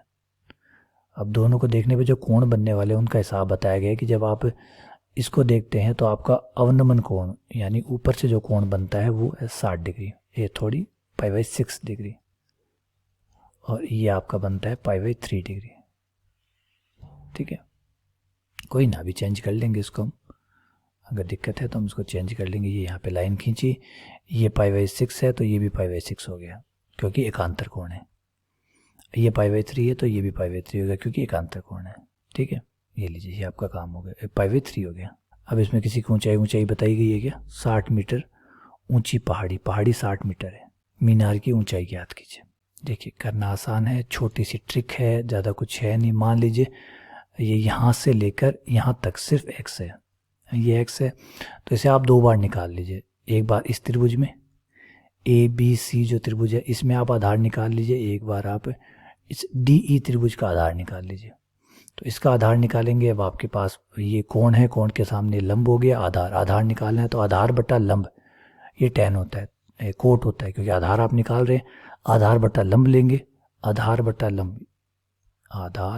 लंब जो कि कोट होता है, और ये हो गया कोट पाई बाई 6, ये हो जाता है आपका √3, यानी आधार लंब कितना है, लंब आपका x है तो x √3 हो गया, तो ये आपका x √3 हो गया। अब आप दोबारा से इस वाले त्रिभुज में, ये सी डी ई में इस बार आपका पूरा 60 आएगा और कोण ये होगा, तो ये जाएगा 60 into cot pi by 6, cot 60 का मान 1/√3। आधार दोनों बराबर है, दोनों की तुलना कर लीजिए, x √3 बराबर 60/√3, वज्र गुणा करने पर ये हो गया 3x बराबर 60, 60 से आप काट लीजिए, x बराबर हो गया 20, ये 20 होते ही ये यहाँ तक की 20 हो गया, ये 20 हो गया तो ये 60 है, 60 में से 20 गया, ये मीनार बच गई 40 की, ये आपके आंसर है। ठीक है, ये कंप्लीट, ये 2013 कंप्लीट। आगे बढ़ें, अगला है 2015 संस्कृत विभाग वाला। इसको देखिए, पहले इस पेपर का जो भी देखा है इसका मूल्यांकन कर लीजिए, थोड़ा सा कैसा लगा आपको। देखिए इसमें जो इन्वर्स का क्वेश्चन है वो सिर्फ एक है, दोबारा से आपको देखने को मिले, 9 क्वेश्चन इसमें आए थे टोटल, 9 में से एक ही क्वेश्चन जो था वो इन्वर्स का था, बाकी 8 क्वेश्चन ट्रिग्नोमेट्री से थे, और ट्रिग्नोमेट्री में भी अलग अलग टाइप के क्वेश्चन थे। तो यहाँ थोड़ा सा टफ तो नहीं लगा मुझे, कि ठीक ठाक है। रेडियन का मान पूछा, रेडियन को डिग्री में कितना कहते हैं, बेसिक है। ये थोड़े खिलवाड़ करने वाले क्वेश्चन थे, ये भी बेसिक था, ये भी बेसिक था, ये भी ठीक ठाक था। यहाँ थोड़ा सा रूल जो है, फॉर्मूले है, उसके ऊपर आ गया, यहाँ भी फॉर्मूले बेस्ड ही था। ठीक है, यहाँ जाके थोड़ा सा ट्रिक खेल गया, आईआईटी की ट्रिक खेल गया, यहाँ टफ था, ये ठीक था। तो इक्के दुक्के क्वेश्चन जरूर ट्रिकी थे, बाकी क्वेश्चन और एज यूजुअल नॉर्मल थे। ठीक है, चलिए आगे बढ़ते हैं, अगले पे आते हैं। 2015 पे देखिए क्वेश्चन नंबर 1। देखिए सीधा सा सिंपल सा क्वेश्चन है कि cos 45 कितना होता है, 1/√2। cos 60 कितना होता है, 1/2। sin 45 कितना होता है, 1/√2। sin 60 कितना होता है, √3/2। लघुत्तम 2/√2 आ जाएगा, और ये आ जाएगा 1 - √3 अपॉन 2√2। माइनस कॉमन निकालना चाहे तो निकाल लीजिए, ऊपर से माइनस कॉमन आ जाएगा, √3 - 1 2√2। ये आपका आंसर आ गया। तो सिंपल सा क्वेश्चन था। क्वेश्चन नंबर 2 पे आ जाते हैं। सूर्य का उन्नयन कोण ज्ञात कीजिए, खंबे की छाया उसकी लंबाई से √3 गुना हो। तो खंबे की छाया, ये रहा भैया खंबा, ये रही उसकी छाया। ठीक है, ये हमारा सूर्य भगवान है जिसकी रोशनी पड़ रही है परछाई के तौर पे, ये ज़मीन पे बन रहा है। तो ये जो भी x है इसका √3x यहाँ पे आपको परछाई मिलेगी। तो कोण मान लीजिए थीटा है, tan थीटा बराबर होता है लंब बटा आधार। लंब है आपका x, आधार है आपका x √3, x कट गया, 1/√3 है, 1/√3 बनता है हमारा 30 डिग्री पर π/6 पे, 30 डिग्री पे, ये हमारा आंसर हो गया। चलिए अगले क्वेश्चन पे आते हैं, क्वेश्चन नंबर 3। ये देखिए बड़े ट्रिकी होते हैं भाई, ऐसे क्वेश्चनों से थोड़ा सा बच के रहिएगा, छोटी सी गलती मरवा सकती है। इवन आप लोगों को नहीं, हमें भी मरवा सकते हैं, क्योंकि हम भी छोटी छोटी, कई बार हम जैसे समझाने लगते हैं, समझाते समझाते कहीं ना कहीं कुछ और लिख बैठते हैं, या कुछ और, बहुत सारे एंगल्स होते हैं, बहुत सारे एंगल रहते हैं, कोई ना कोई एक एंगल मिस कर दिया, इतने में क्वेश्चन गया। तो बहुत ध्यान से देखिए। और इनमें क्या होता है, त्रिकोणमिति वाले में आपके आंसर थीटा का मान निकालना तो इम्पॉर्टेंट है ही है, उसके बाद उसको चेक भी करना है कि वो सेटिस्फाई करता है या नहीं करता। अगर वो संतुष्ट नहीं करता है तो उसको आप आंसर नहीं मान सकते। ध्यान से सुनिए जो मैंने कहा है, कमाल की बात बोल रहा हूँ, बहुत इंपॉर्टेंट चीज़ है। सिर्फ थीटा का मान निकालना काफ़ी नहीं है, बल्कि ये भी ज़रूरी है कि वो थीटा का मान शुरुआत वाले समीकरणों को संतुष्ट करता है या नहीं करता है। अगर नहीं करता है तो वो गलत है, नहीं करता है तो वो गलत है। दोबारा सुन लीजिए अच्छे से, कहीं भी लिख लीजिए कि सिर्फ थीटा का मान निकालना। अगर खाली थीटा का मान निकाल दिया, जो भी आ गया, आपने कहा हाँ थीटा का मान आ गया, हमारा आंसर हो गया, नहीं चलेगा। चलिए समझा देता हूँ उसमें, देखिए अभी आपको बात समझ में आ जाएगी। साइन थीटा बराबर -1/2 आया। ठीक है, तो इस हिसाब से हम आराम से बता सकते हैं कि साइन का मान -1/2 कब आता है। ठीक है, ये भी बता सकते हैं कि tan का मान 1/√3 कब होता है। लेकिन हमें ध्यान रखना है कि जो भी कोण बताना है वो इस तरीके से बताना है कि साइन का मान वहाँ माइनस का होना चाहिए। साइन का मान माइनस का 2 बार होता है, थर्ड क्वाड्रेंट और फोर्थ क्वाड्रेंट। थर्ड और फोर्थ दोनों में ही साइन माइनस होता है, थर्ड और फोर्थ दोनों में ही साइन माइनस होता है। tan होता है सेकंड में, और प्लस का होता है फर्स्ट और थर्ड में। अब मुझे दोनों को सेटिस्फाई कराना है, तो साइन माइनस का होना चाहिए, टेन प्लस का होना चाहिए। तो देखिए अगर मैं फर्स्ट क्वाड्रेंट लेता हूँ तो टेन तो प्लस का हो जाएगा, सेटिस्फाई कर जाएगा, लेकिन साइन माइनस का होगा, ये नहीं बैठेगा। तो मुझे वो क्वाड्रेंट चाहिए जिसमें साइन माइनस का हो, टेन प्लस का हो। तो ऐसा सिर्फ कौन सा क्वाड्रेंट है? Third quadrant. थर्ड क्वाड्रेंट ही ऐसा है जिसमें साइन माइनस है और टेन प्लस है। तो इसका मतलब हुआ थर्ड क्वाड्रेंट का ही कोण आएगा। थर्ड क्वाड्रेंट का कोण आने का मतलब है कोण आएगा 180 से लेकर 270 के बीच वाला। यही अलाउड होगा, बाकी अलाउड नहीं होंगे। ठीक है, अब आप दोनों में भाग दे दीजिए, जैसे पहले भी दिया था, ऐसा क्वेश्चन हमने पहले भी किया था। अभी देखते हैं, उसको वापस दिखाता हूँ। साइन थीटा बटा टेन थीटा, टेन का हो गया साइन बटा कॉस, पलट के कॉस थीटा ऊपर चला गया, भाग देते ही, और माइनस का अंडर रूट 3/2 आ गया। ध्यान दीजिएगा कोण थर्ड क्वाड्रेंट का ही लीजिएगा। कॉस का मान अंडर रूट 3/2 दो बार होता है, सेकंड क्वाड्रेंट में भी होता है, थर्ड क्वाड्रेंट में भी होता है, लेकिन सेकंड क्वाड्रेंट वाला नहीं लेना है, थर्ड क्वाड्रेंट वाला लेना है। थर्ड क्वाड्रेंट में हमारा कोण आ जाएगा थीटा बराबर 7π/6, मतलब 210 डिग्री। 210 डिग्री 150 पे भी माइनस का होता है, कॉस का मान 150 पे भी माइनस अंडर रूट 3/2 होता है, लेकिन 150 नहीं लेना क्योंकि 150 सेकंड क्वाड्रेंट है, हमें थर्ड क्वाड्रेंट लेना है। थर्ड क्वाड्रेंट लेना है, थर्ड क्वाड्रेंट में 7π/6, तो ये 7π/6। अब थीटा का जो कॉस में व्यापक मान होता है वो होता है 2nπ प्लस माइनस 7π/6। अब यहाँ पे याद रखिएगा, माइनस मत ले लीजिएगा, माइनस लेते ही क्वाड्रेंट चेंज हो जाएगा, और क्वाड्रेंट चेंज होते ही हमारा काम बदल जाएगा। इसलिए हमें सिर्फ कोण किसका है? प्लस का, तो हमें प्लस वाला ही लेना है, 2nπ प्लस 7π/6। जो प्लस वाला है वही लेना है, माइनस वाला नहीं लेना है, क्योंकि माइनस वाला लेंगे तो आप देखिए, आप 2nπ में से माइनस के 7π/6 कर दीजिए, हो जाएगा आराम से, लेकिन वो जो है वो तीसरे क्वाड्रेंट में आएगा क्या? तो जवाब है नहीं आएगा। ठीक है, नहीं समझ में आया, चलिए मैं समझाने की कोशिश करता हूँ। मान लीजिए अभी आपने कोस का मान निकाला, थीटा का मान व्यापक मान होता है 2nπ प्लस माइनस 7π/6, हो गया 7π/6। ठीक है, लेकिन याद रखिए हमने पहले कहा था कोण थर्ड क्वाड्रेंट का है, तो थर्ड क्वाड्रेंट में ही कोण चलेगा। सपोज कीजिए एन का मान 1 है, एक बार एन का मान 1 रख लेते हैं। एन का मान 1 रखते ही हो गया 2π प्लस 7π/6 एक, और माइनस दूसरा। प्लस वाला तो बिल्कुल क्लियर है कि 2π में 7π/6 जोड़ेंगे तो सीधा थर्ड क्वाड्रेंट में पहुंचेगा। 2π तो पूरा एक चक्कर हो गया, और 7π/6 उसको ले जाके थर्ड क्वाड्रेंट में, 7π/6 थर्ड क्वाड्रेंट का है तो थर्ड क्वाड्रेंट में ही आप पहुंचोगे। लेकिन जब माइनस का चिन्ह लेंगे तो 2π में से 7π/6 कम हो जाएंगे, तो 2π माइनस 7π/6 जो कि आ जाएगा 6 दूनी 12, 12 में से 7 गए, 5π/6, और 5π/6 जो होता है वो होता है एक 30 150 डिग्री। 150 डिग्री सेकंड क्वाड्रेंट का होता है, सेकंड क्वाड्रेंट का चलता नहीं है, हमें थर्ड क्वाड्रेंट चाहिए, इसलिए माइनस वाला बिल्कुल भी मत लीजिएगा। दे रखा है देखिए ऑप्शन में, माइनस का नहीं चलेगा, सिर्फ प्लस का चलेगा। ठीक है, और ये क्वेश्चन हमने पहले भी किया हुआ है, चलिए मैं दिखाता हूँ। आरपीएससी क्वेश्चनों को रिपीट करती है, देखिए रिपीट किया हुआ है। यहाँ पे मैंने आपको ये समझाया था कि फोर्थ क्वाड्रेंट होगा ये। ठीक है, और ये रहा था फोर्थ क्वाड्रेंट में, फोर्थ क्वाड्रेंट में हमने कोण लिया था -π/6। अब ये देखिए यहाँ पे हमने वही गड़बड़ कर दी। तो अगर हम माइनस का चिन्ह लेते हैं तो ठीक है, लेकिन अगर प्लस का चिन्ह लेते हैं तो ये फर्स्ट क्वाड्रेंट में आ जाता है। देखिए यहाँ भी हमने वही गलती की, देखिए अभी खुद हम जो समझा रहा हूँ मैं खुद गलती करके आया हूँ। नहीं साहब गलत है, ये सही है, 2nπ माइनस π/6। बताइए, मैं यही तो कह रहा हूँ ना, कई बार समझाते समझाते हम भी ये गलतियाँ कर देते हैं। तो सोचिए आप लोग तो नॉर्मली, क्योंकि हम तो इतने सारे दिन प्रैक्टिस करते हैं, सारे दिन पढ़ाते हैं समझाते हैं, जब हमसे ही गलतियाँ होती है तो आपसे तो ये स्वाभाविक गलती हैं, ये गलतियाँ आपसे होना स्वाभाविक है। तो कोशिश करिए, ठीक है ना, एट प्रेजेंट मोमेंट पे अटेंटिव रहिए, ऑब्जर्वेबल रहिए, ध्यान से देखिए, अपने पूरी क्षमता से, अपने दिमाग से पूरी तरीके से क्वेश्चन के ऊपर ही निगाह टिकाए रखिए कि आपका हाथ क्या कर रहा है, आपकी आंखें क्या कर रही है, आपका दिमाग क्या कर रहा है। आपकी हाथ, आपकी आंखें और आपके दिमाग तीनों एक साथ होने चाहिए, वरना कुछ भी इधर उधर हुआ तो आपका ऑप्शन बदल जाएगा, जैसे बदल गया यहाँ पे। समझे बात? क्योंकि अगर प्लस π/6 मैं लेता हूँ, प्लस का लेता हूँ तो 2nπ प्लस π/6 फर्स्ट क्वाड्रेंट में चल जाएगा। फर्स्ट क्वाड्रेंट में हमारा साइन कभी माइनस का नहीं होता, टेन कभी माइनस का नहीं होता। ये देखिए होता ना गलती, ध्यान रखिए, हमसे हुई है आपसे भी हो सकती है। और यही क्वेश्चन जानबूझ के इसलिए आरपीएससी ने दोबारा इसको पूछा है, क्योंकि उसे पता है कि ये ट्रैप है, इसमें फंसते हैं बच्चे, और जब फंसते हैं तो फंसाने का ही काम है हमारा। आ जाइए, ये हो गया 10 5 थीटा, कोड को हम 10 में लिख लेते हैं ताकि कंपेयर किया जा सके। π/2 माइनस 2 थीटा, 10 से 10 कंपेयर हो जाएगा, कंपेयर हो जाएगा तो व्यापक मान वाला सूत्र लग जाएगा, nπ प्लस अल्फ़ा, अल्फ़ा की जगह ये आ जाएगा π/2 माइनस 2 थीटा। 2 थीटा को इधर ले आएंगे तो 5 और 2 7 थीटा हो जाएगा।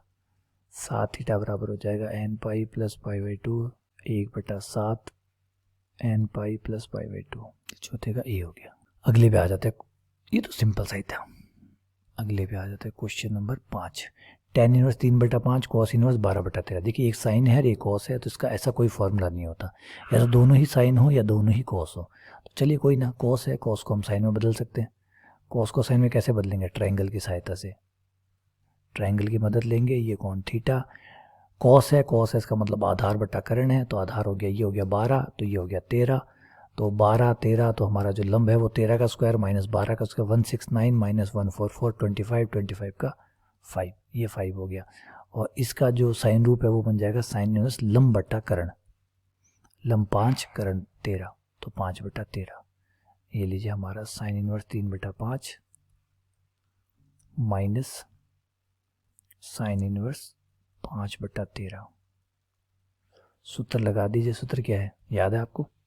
Sign inverse x √1 minus Y square minus Y √1 minus X square. मान रखिए आंसर आपके पास होगा 3/5, ये हो जाएगा 12/13। लघुत्तम वघुत्तम लेके √1 निकाल के 12 और 36 36/12 हो गया, तो ये 12 36 36/65 माइनस वाई 5/13 12, तो 4/5, 4 हो गया 20 20 साइन इनवर्स 16/65। ये है हमारा 16/65। अगला क्वेश्चन, क्वेश्चन नंबर 6। एक पहिए का व्यास 28 सेंटीमीटर है। व्यास 28 है तो त्रिज्या कितनी हुई? 14। समतल पर एक पूर्ण परिक्रमा करने पर एक चक्कर पूरा काटता है तो पहिया कितनी दूरी तय करेगा? उतनी दूरी तय करेगा जितनी उसकी परिधि है। ये वैसे 10वीं का क्वेश्चन है, त्रिकोणमिति का क्वेश्चन मुझे लगा नहीं, ठीक है ना, लेकिन गलती से ये आ गया है तो उसको त्रिकोणमिति का क्वेश्चन ना मानिएगा। 2 पाई 22/7 ले लें, अगर r का मान 14 ले लें, ये 2, ठीक है, तो इसको आउट रखें क्योंकि ये 10th का क्वेश्चन है, ठीक है। 10th का जो ज्योमेट्री का क्वेश्चन है, मेंसुरेशन है, उसका क्वेश्चन हो गया। क्षेत्रमिति का ये आपका 2015 का स्पेशल एजुकेशन संस्कृत का हो गया है, जिसमें हमारे टोटल 5 क्वेश्चन आए थे, जिसमें से एक प्रतिलोम त्रिकोणमिति थी, 4 त्रिकोणमिति के थे। पेपर ठीक ठाक था, सही सा लगा, ऐसा कुछ नहीं लगा, सिंपल क्वेश्चन। 1 नंबर 2 नंबर तो बहुत ही सामान थे, नंबर 3 जो है वो रिपीट था, नंबर 4 एकदम एनसीईआरटी में से उठाया हुआ क्वेश्चन था, 5वां भी आपको एनसीईआरटी का क्वेश्चन मिल जाएगा। यानी ये पेपर बहुत सिंपल आया था त्रिकोणमिति के हिसाब से। अब ये है, चलिए 2016 का पेपर है, वैसे 2015 में हुआ हुआ है, या भर्ती 2015 की है, 16 में पेपर हुआ हुआ है, तो 15 और 16 के हिसाब से देखिएगा इसको, ठीक है। ये है cos square theta minus 3 cos theta plus 2 sign square theta बराबर है कौन सा कथन सत्य है? वज्र गुणा करने पर cos square theta minus 3 cos theta plus 2 बराबर sign square theta. Sign square theta को 1 माइनस कोस स्क्वायर थीटा लिख दीजिए, कोस स्क्वायर थीटा इधर आ जाएगा, 2 कोस स्क्वायर थीटा आ जाएगा, 3 कोस थीटा इधर है ही। जो 1 माइनस कोस स्क्वायर जो 1 आएगा वो 1 यहाँ से हटा देंगे, तो 2 में से 1 गया, 1 आ गया। गुणनखंड कर लेंगे, गुणनखंड हो जाएगा 2 और 1, 2 cos theta minus cos theta plus 1 बराबर 0। 2 कोस थीटा आपका common, cos theta minus 1 theta minus 1 बराबर 0। कोस थीटा के 2 मान आ गए, एक तो आ गया 1/2 और एक आ गया 1। इसके हिसाब से इसके 2 कोण होते हैं, एक होता है थीटा बराबर π/3 60 डिग्री और दूसरा होता है π/2। π/2 तो हो नहीं सकता क्योंकि इसने मना किया है कि π/2 से छोटा है, छोटा है तो भाई मना किया गया तो ये तो नहीं हो सकता, तो बचा हमारा π/3। उपयुक्त समीकरण को संतुष्ट करने वाले थीटा के 2 मान है। हाँ जी, उपयुक्त समीकरण को संतुष्ट करने वाले 2 मान है, बिल्कुल सही कहा, एक है 0, एक है π/2। अब यहाँ पे ऐसे क्वेश्चन जो होते हैं वो बड़े ही चैलेंजिंग हो जाते हैं। चैलेंजिंग इसलिए हो जाते हैं कि भाई इस क्वेश्चन में अब ये समीकरण लिखा हुआ है, ठीक है, समीकरण के साथ ये चीज़ जो थीटा है ये इसके साथ शामिल करें। अगर ये चीज़ शामिल करते हैं तो ये जो प्रथम कथन है ये गलत है, क्योंकि ये कह रहा है थीटा के 2 मान होंगे ना जी। इस शर्त को साथ में लेके चले तो थीटा के 2 मान हो ही नहीं सकते, क्योंकि 90 को तो ये अलाउड कर ही नहीं रहा, तो सिर्फ एक ही हुआ, इसके हिसाब से ये गलत है। अब खाली इतने को देखें तो इस हिसाब से ये बात सही है, इतने को देखें, इस समीकरण को संतुष्ट करने वाले थीटा के 2 मान तो बिल्कुल साहब एक π/3 और एक π/2 है, 2 मान है। लेकिन क्योंकि अब देखिए थीटा को जो परिभाषित किया गया वो तो यहीं से किया गया ना, तो ये साथ में माना जाएगा, ये समीकरण पूरा एक माना जाएगा, और एक माना जाएगा तो इस हिसाब से नंबर नहीं हो सकता, सिर्फ एक ही मान होगा। और यहाँ पे एक चीज़ और आपको बता देता हूँ, ये भी एक गड़बड़ है। अभी ऑप्शन नंबर 2 है, इस पर भी हम चैलेंज कर सकते हैं। कैसे? ये कह रहा है 60 डिग्री ही एकमात्र सॉल्यूशन है, तो जवाब ना जी 60 डिग्री नहीं है, 60 डिग्री नहीं है, बल्कि और भी कई मान आएंगे 2 पाई के बाद में। अगर मान लीजिए 60 डिग्री पे सही है तो 2 पाई प्लस पाई/3 पे भी सही होगा। इस तरीके से और भी 90 डिग्री, हाँ ये कहना चाहिए था 0 से 90 डिग्री के बीच में संतुष्ट करने वाला सिर्फ एक मान है, तब ये बात सही थी। अब ये बात कैसे मानी जाए कि इस परिस्थिति के हिसाब से बात कह रहा है, तब तो ये सही है कि भाई ये जो समीकरण है, इस समीकरण को एक ही मान, क्योंकि इस शर्त को साथ में लेके चल रहे हैं, तो इस शर्त के अंदर सिर्फ 60 डिग्री एकमात्र है जो संतुष्ट करता है, तो इस हिसाब से भाई सही है। ठीक है, तो इसलिए केवल 2 जो है अभी हमारा ऑप्शन है, केवल 2। अभी क्वेश्चन भ्रमित करने वाले होते हैं, ये स्पष्ट नहीं होते, पूर्णतः सुपरिभाषित जिसे कहते हैं ना, उनका चैलेंज किया जा सकता है कि भैया सुपरिभाषित नहीं है। ठीक है ना, फायदा उठाया जा सकता है। ऐसे जाके क्वेश्चन जो है वो कोर्ट में अटक जाते हैं, कोई अपना तर्क देगा, कोई अपना तर्क देगा, वो जाके फंस जाते हैं। चलिए आगे बढ़ते हैं, क्वेश्चन नंबर 2 पे आते हैं। 1 माइनस साइन ए प्लस कोस ए का होल स्क्वायर किसके बराबर है? तो कोस ए को आप एक काम करिए, एक के साथ रख लीजिए, साइन ए को एक बार छोड़ दीजिए। 1 प्लस कोस ए माइनस साइन ए को पीछे ले लिया मैंने, तो 1 प्लस कोस ए आपका सूत्र बन जाएगा अर्धकों के हिसाब से 2 कोस स्क्वायर a/2, और ये भी अर्धकों के हिसाब से 2 साइन a/2 कोस a/2 का स्क्वायर, ये भी अर्धक हो गया। आपका 2 कोस a/2 कॉमन आ जाएगा जो कि 4 हो गया, कोस स्क्वायर a/2 हो गया। अंदर हो जाएगा कोस a/2 माइनस साइन a/2, जिसका स्क्वायर खोलेंगे, देखिए 2 कॉमन आ गया है, कोस a/2 कॉमन आ गया जो स्क्वायर होके 4 कोस स्क्वायर a/2 हो गया। अंदर बच गया कोस a/2 माइनस साइन a/2, और उसका भी स्क्वायर हो गया। अब इसको 4 कोस स्क्वायर a/2 को अब ऐसे ही रहने दीजिए, तो भैया ऐसे ही रहे। इसको खोल दीजिए, a square plus B square minus 2ab, तो cos square plus sine square का मान 1 माइनस 2 कोस a/2 साइन a/2। इसको वापस से डबल कोण में लिख लीजिए, कोस स्क्वायर a/2 होता है 1 प्लस कोस a/2, और ये आपका हो ही जाएगा 1 माइनस साइन ए। 2 से 4 काट दीजिए, 2 कट गया, 2 1 plus cos A 1 minus sign A, 1 plus cos A 1 minus sign A. 1 plus cos A कहाँ है भाई? 1 plus cos A, 1 plus cos A तो ये रहा, 1 माइनस साइन ए, तो ऐसा तो कोई ऑप्शन ही नहीं नज़र आ रहा, नहीं आ रहा, तो इनमें से कोई नहीं। ठीक है, चलिए आगे बढ़ते हैं। इस क्वेश्चन पे आ जाइए, tan theta plus cot theta बराबर 4/√2। टेन को लिखिए साइन बटा कॉस, साइन बटा कॉस, कॉस बटा साइन, साइन बटा कॉस, कॉस बटा साइन, लघुत्तम आ गया साइन और कॉस थीटा। ऊपर हो जाएगा sine square theta cos square theta बटा साइन थीटा कॉस थीटा, ये हो जाएगा 1 बटा साइन थीटा कॉस थीटा बराबर 4/√3। दोनों साइड से पलट दीजिए, 2 से गुणा और 2 का भाग दे देंगे तो साइन 2 थीटा बन जाएगा, साइन 2 थीटा बटा 2, बटा 2 कौन सा? ऊपर नीचे 2 से गुणा और भाग करने पर, साइन 2 थीटा बटा 2, इधर से भी पलट के √3/4, 4 से 2 कट गया, साइन का मान √3/2 आता है 60 डिग्री पर, तो 2 थीटा 60 डिग्री हुआ मतलब π/3 हुआ, तो थीटा आपका 30 डिग्री हुआ मतलब π/6 हुआ।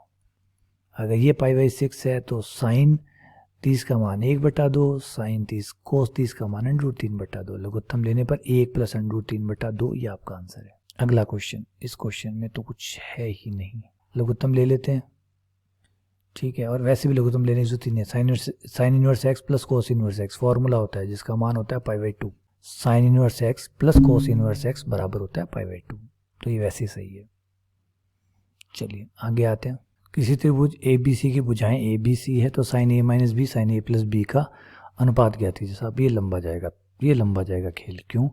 क्योंकि साइन A माइनस बी के साथ आप साइन A प्लस बी का अनुपात लेंगे, साइन A माइनस बी ऊपर, साइन A प्लस बी नीचे, आप ऊपर विस्तार करेंगे तो ये आपका हो जाएगा sine A cos B sine A cos B minus cos A sine B बटा sine A cos B plus cos B sine A. अब आपका जो साइन ए है उसकी जगह तो आप हमारा जो त्रिकोणमिति का साइन सूत्र है जिसे हम जा सूत्र कहते हैं उसके हिसाब से साइन ए बटा ए साइन बी बटा बी और साइन सी बटा सी, इसको बराबर में आप लैम्डा ले लीजिए, जिससे आप साइन ए का मान तो हो जाएगा ए लैम्डा, साइन बी का मान हो जाएगा बी लैम्डा, साइन सी का मान हो जाएगा सी लैम्डा।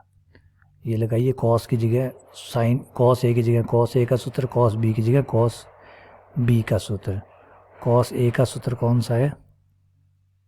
कॉस ए का सूत्र है बी स्क्वायर प्लस सी स्क्वायर माइनस ए स्क्वायर बटा 2bc।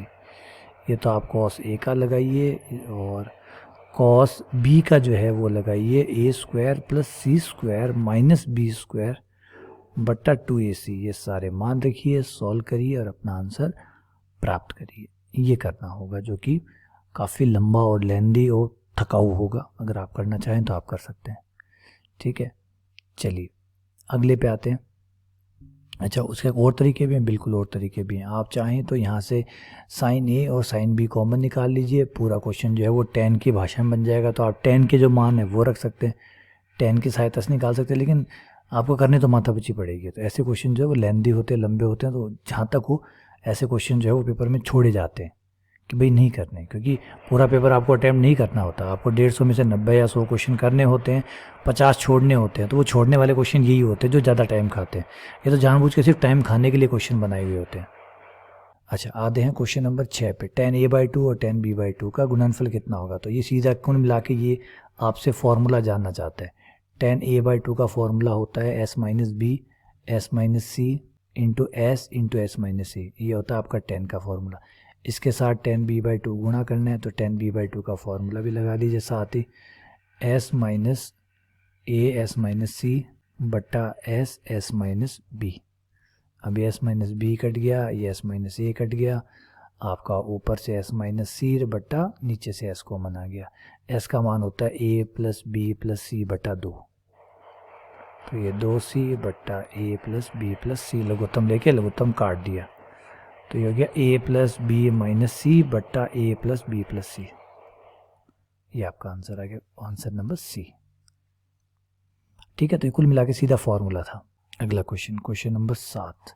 √8 कोस एक्स बराबर कोसेक एक्स 0 से लेकर 2π के बीच में देना। मूलों का अंतर, दोनों आंसर है उनको घटा दीजिएगा। तो कोस एक्स हो गया, कोसेक एक्स हो गया। इसको मैं साइन बना लेता हूँ। √8 को मैं 2√2 लिख लेता हूँ। ये कोस एक्स हो गया, और कोसेक एक्स को लिख लिया 1 बटा साइन एक्स। साइन एक्स वजह गुणा हो जाएगा, वो इस तरफ आ जाएगा 2 साइन एक्स कोस एक्स। √2 मेरा काम का नहीं है, वो मैंने इधर भेज दिया राइट हैंड साइड में, 1 बटा √2 हो गया।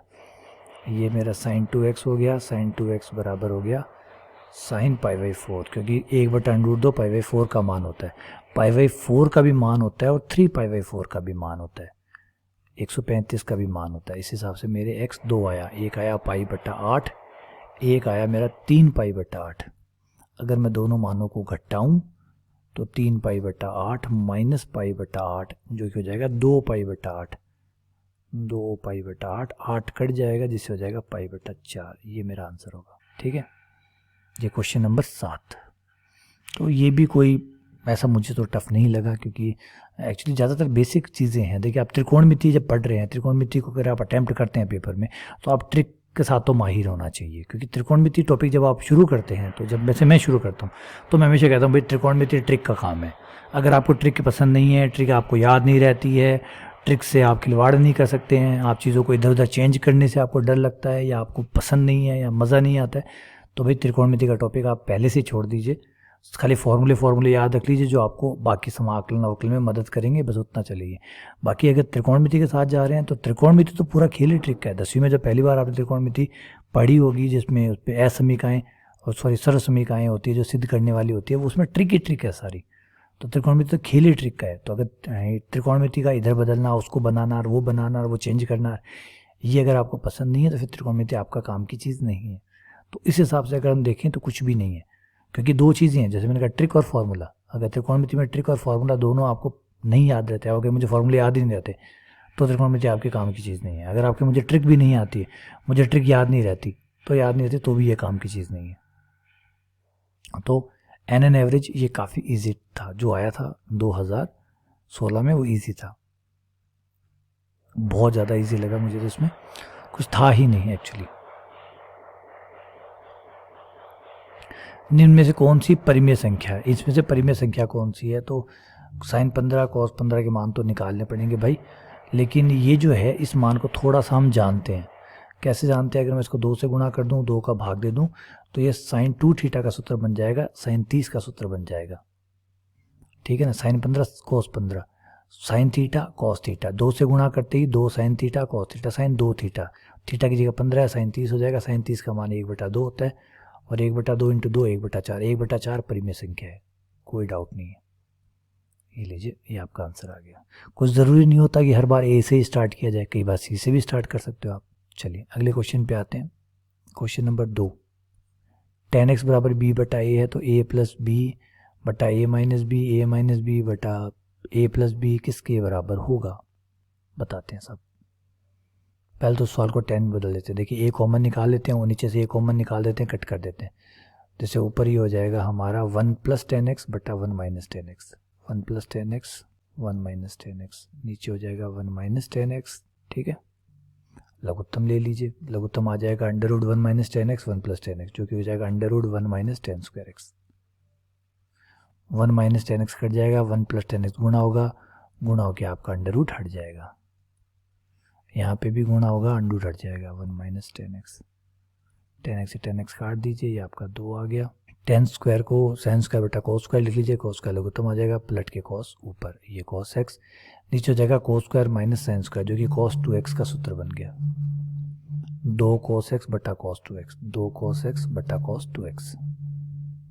Question, sine theta minus 4/3, theta 30 से चतुर्थांश में, ठीक है, कोई बात नहीं, क्योंकि ठीक है साइन का मान 2 बार माइनस होता है, सेकंड थर्ड क्वाड्रेंट में भी, फोर्थ क्वाड्रेंट में भी, लेकिन कह रहा है तीसरे क्वाड्रेंट का, तो ठीक है तीसरे क्वाड्रेंट का। अब तीसरे क्वाड्रेंट का होते ही अगर थीटा तीसरे क्वाड्रेंट में है, तो उसका अर्धक सेकंड क्वाड्रेंट में होगा। याद रखिएगा, अगर कोण सेकंड क्वाड्रेंट में होता है, याद रखिए, अगर कोण सेकंड क्वाड्रेंट में होता है, तो उसका अर्धक जो है वो फर्स्ट क्वाड्रेंट में होता है। लेकिन अगर थर्ड क्वाड्रेंट में होता है, तो थर्ड क्वाड्रेंट का जो अर्धक है, क्योंकि थर्ड क्वाड्रेंट कौन सा हुआ? थर्ड क्वाड्रेंट हुआ जब आपका जो थीटा है वो 180 से लेकर 270 के बीच में है। अब इसका अर्धक करिए, इसका अर्धक करिए, अर्धक करते ही यहाँ 90 आ जाएगा, यहाँ 90 आ जाएगा, यहाँ 135 आ जाएगा। बताइए, अर्धक 90 से 135 के बीच में होगा, 90 से 135 जो होता है वो होता है सेकंड क्वाड्रेंट में, तो आपका कोण होगा सेकंड क्वाड्रेंट में। तो कोस सेकंड क्वाड्रेंट में माइनस का होता है, तो ध्यान रखिएगा माइनस का होता है। तो कॉस थीटा बाई 2 का मान माइनस में लिखना है आपको, तो कॉस थीटा बाई 2 हमें साइन के पदों में लिखना है। ये अगर आपको चीज़ें पढ़नी है तो एनसीईआरटी की प्रश्नावली से उठाया गया है। एनसीईआरटी की जो प्रश्नावली है 11th की त्रिकोणमिति की, उसकी जो दूसरी प्रश्नावली है, शायद 4.2 है, 4.2 या 3.2 है, उससे ये उठाया गया है। 3.2 में ये क्वेश्चन है, आप वहाँ से जाके देख सकते हैं। ये माइनस वाले जो खेल है उसमें ये पूरी प्रश्नावली है, डेडिकेटेड प्रश्नावली है इस बात की कि अगर साइन आपको दिया गया या कोस आपको दिया गया, उसके बाद आपको कोस में बदलना हो या टेन में बदलना हो, कैसे बदलते हैं।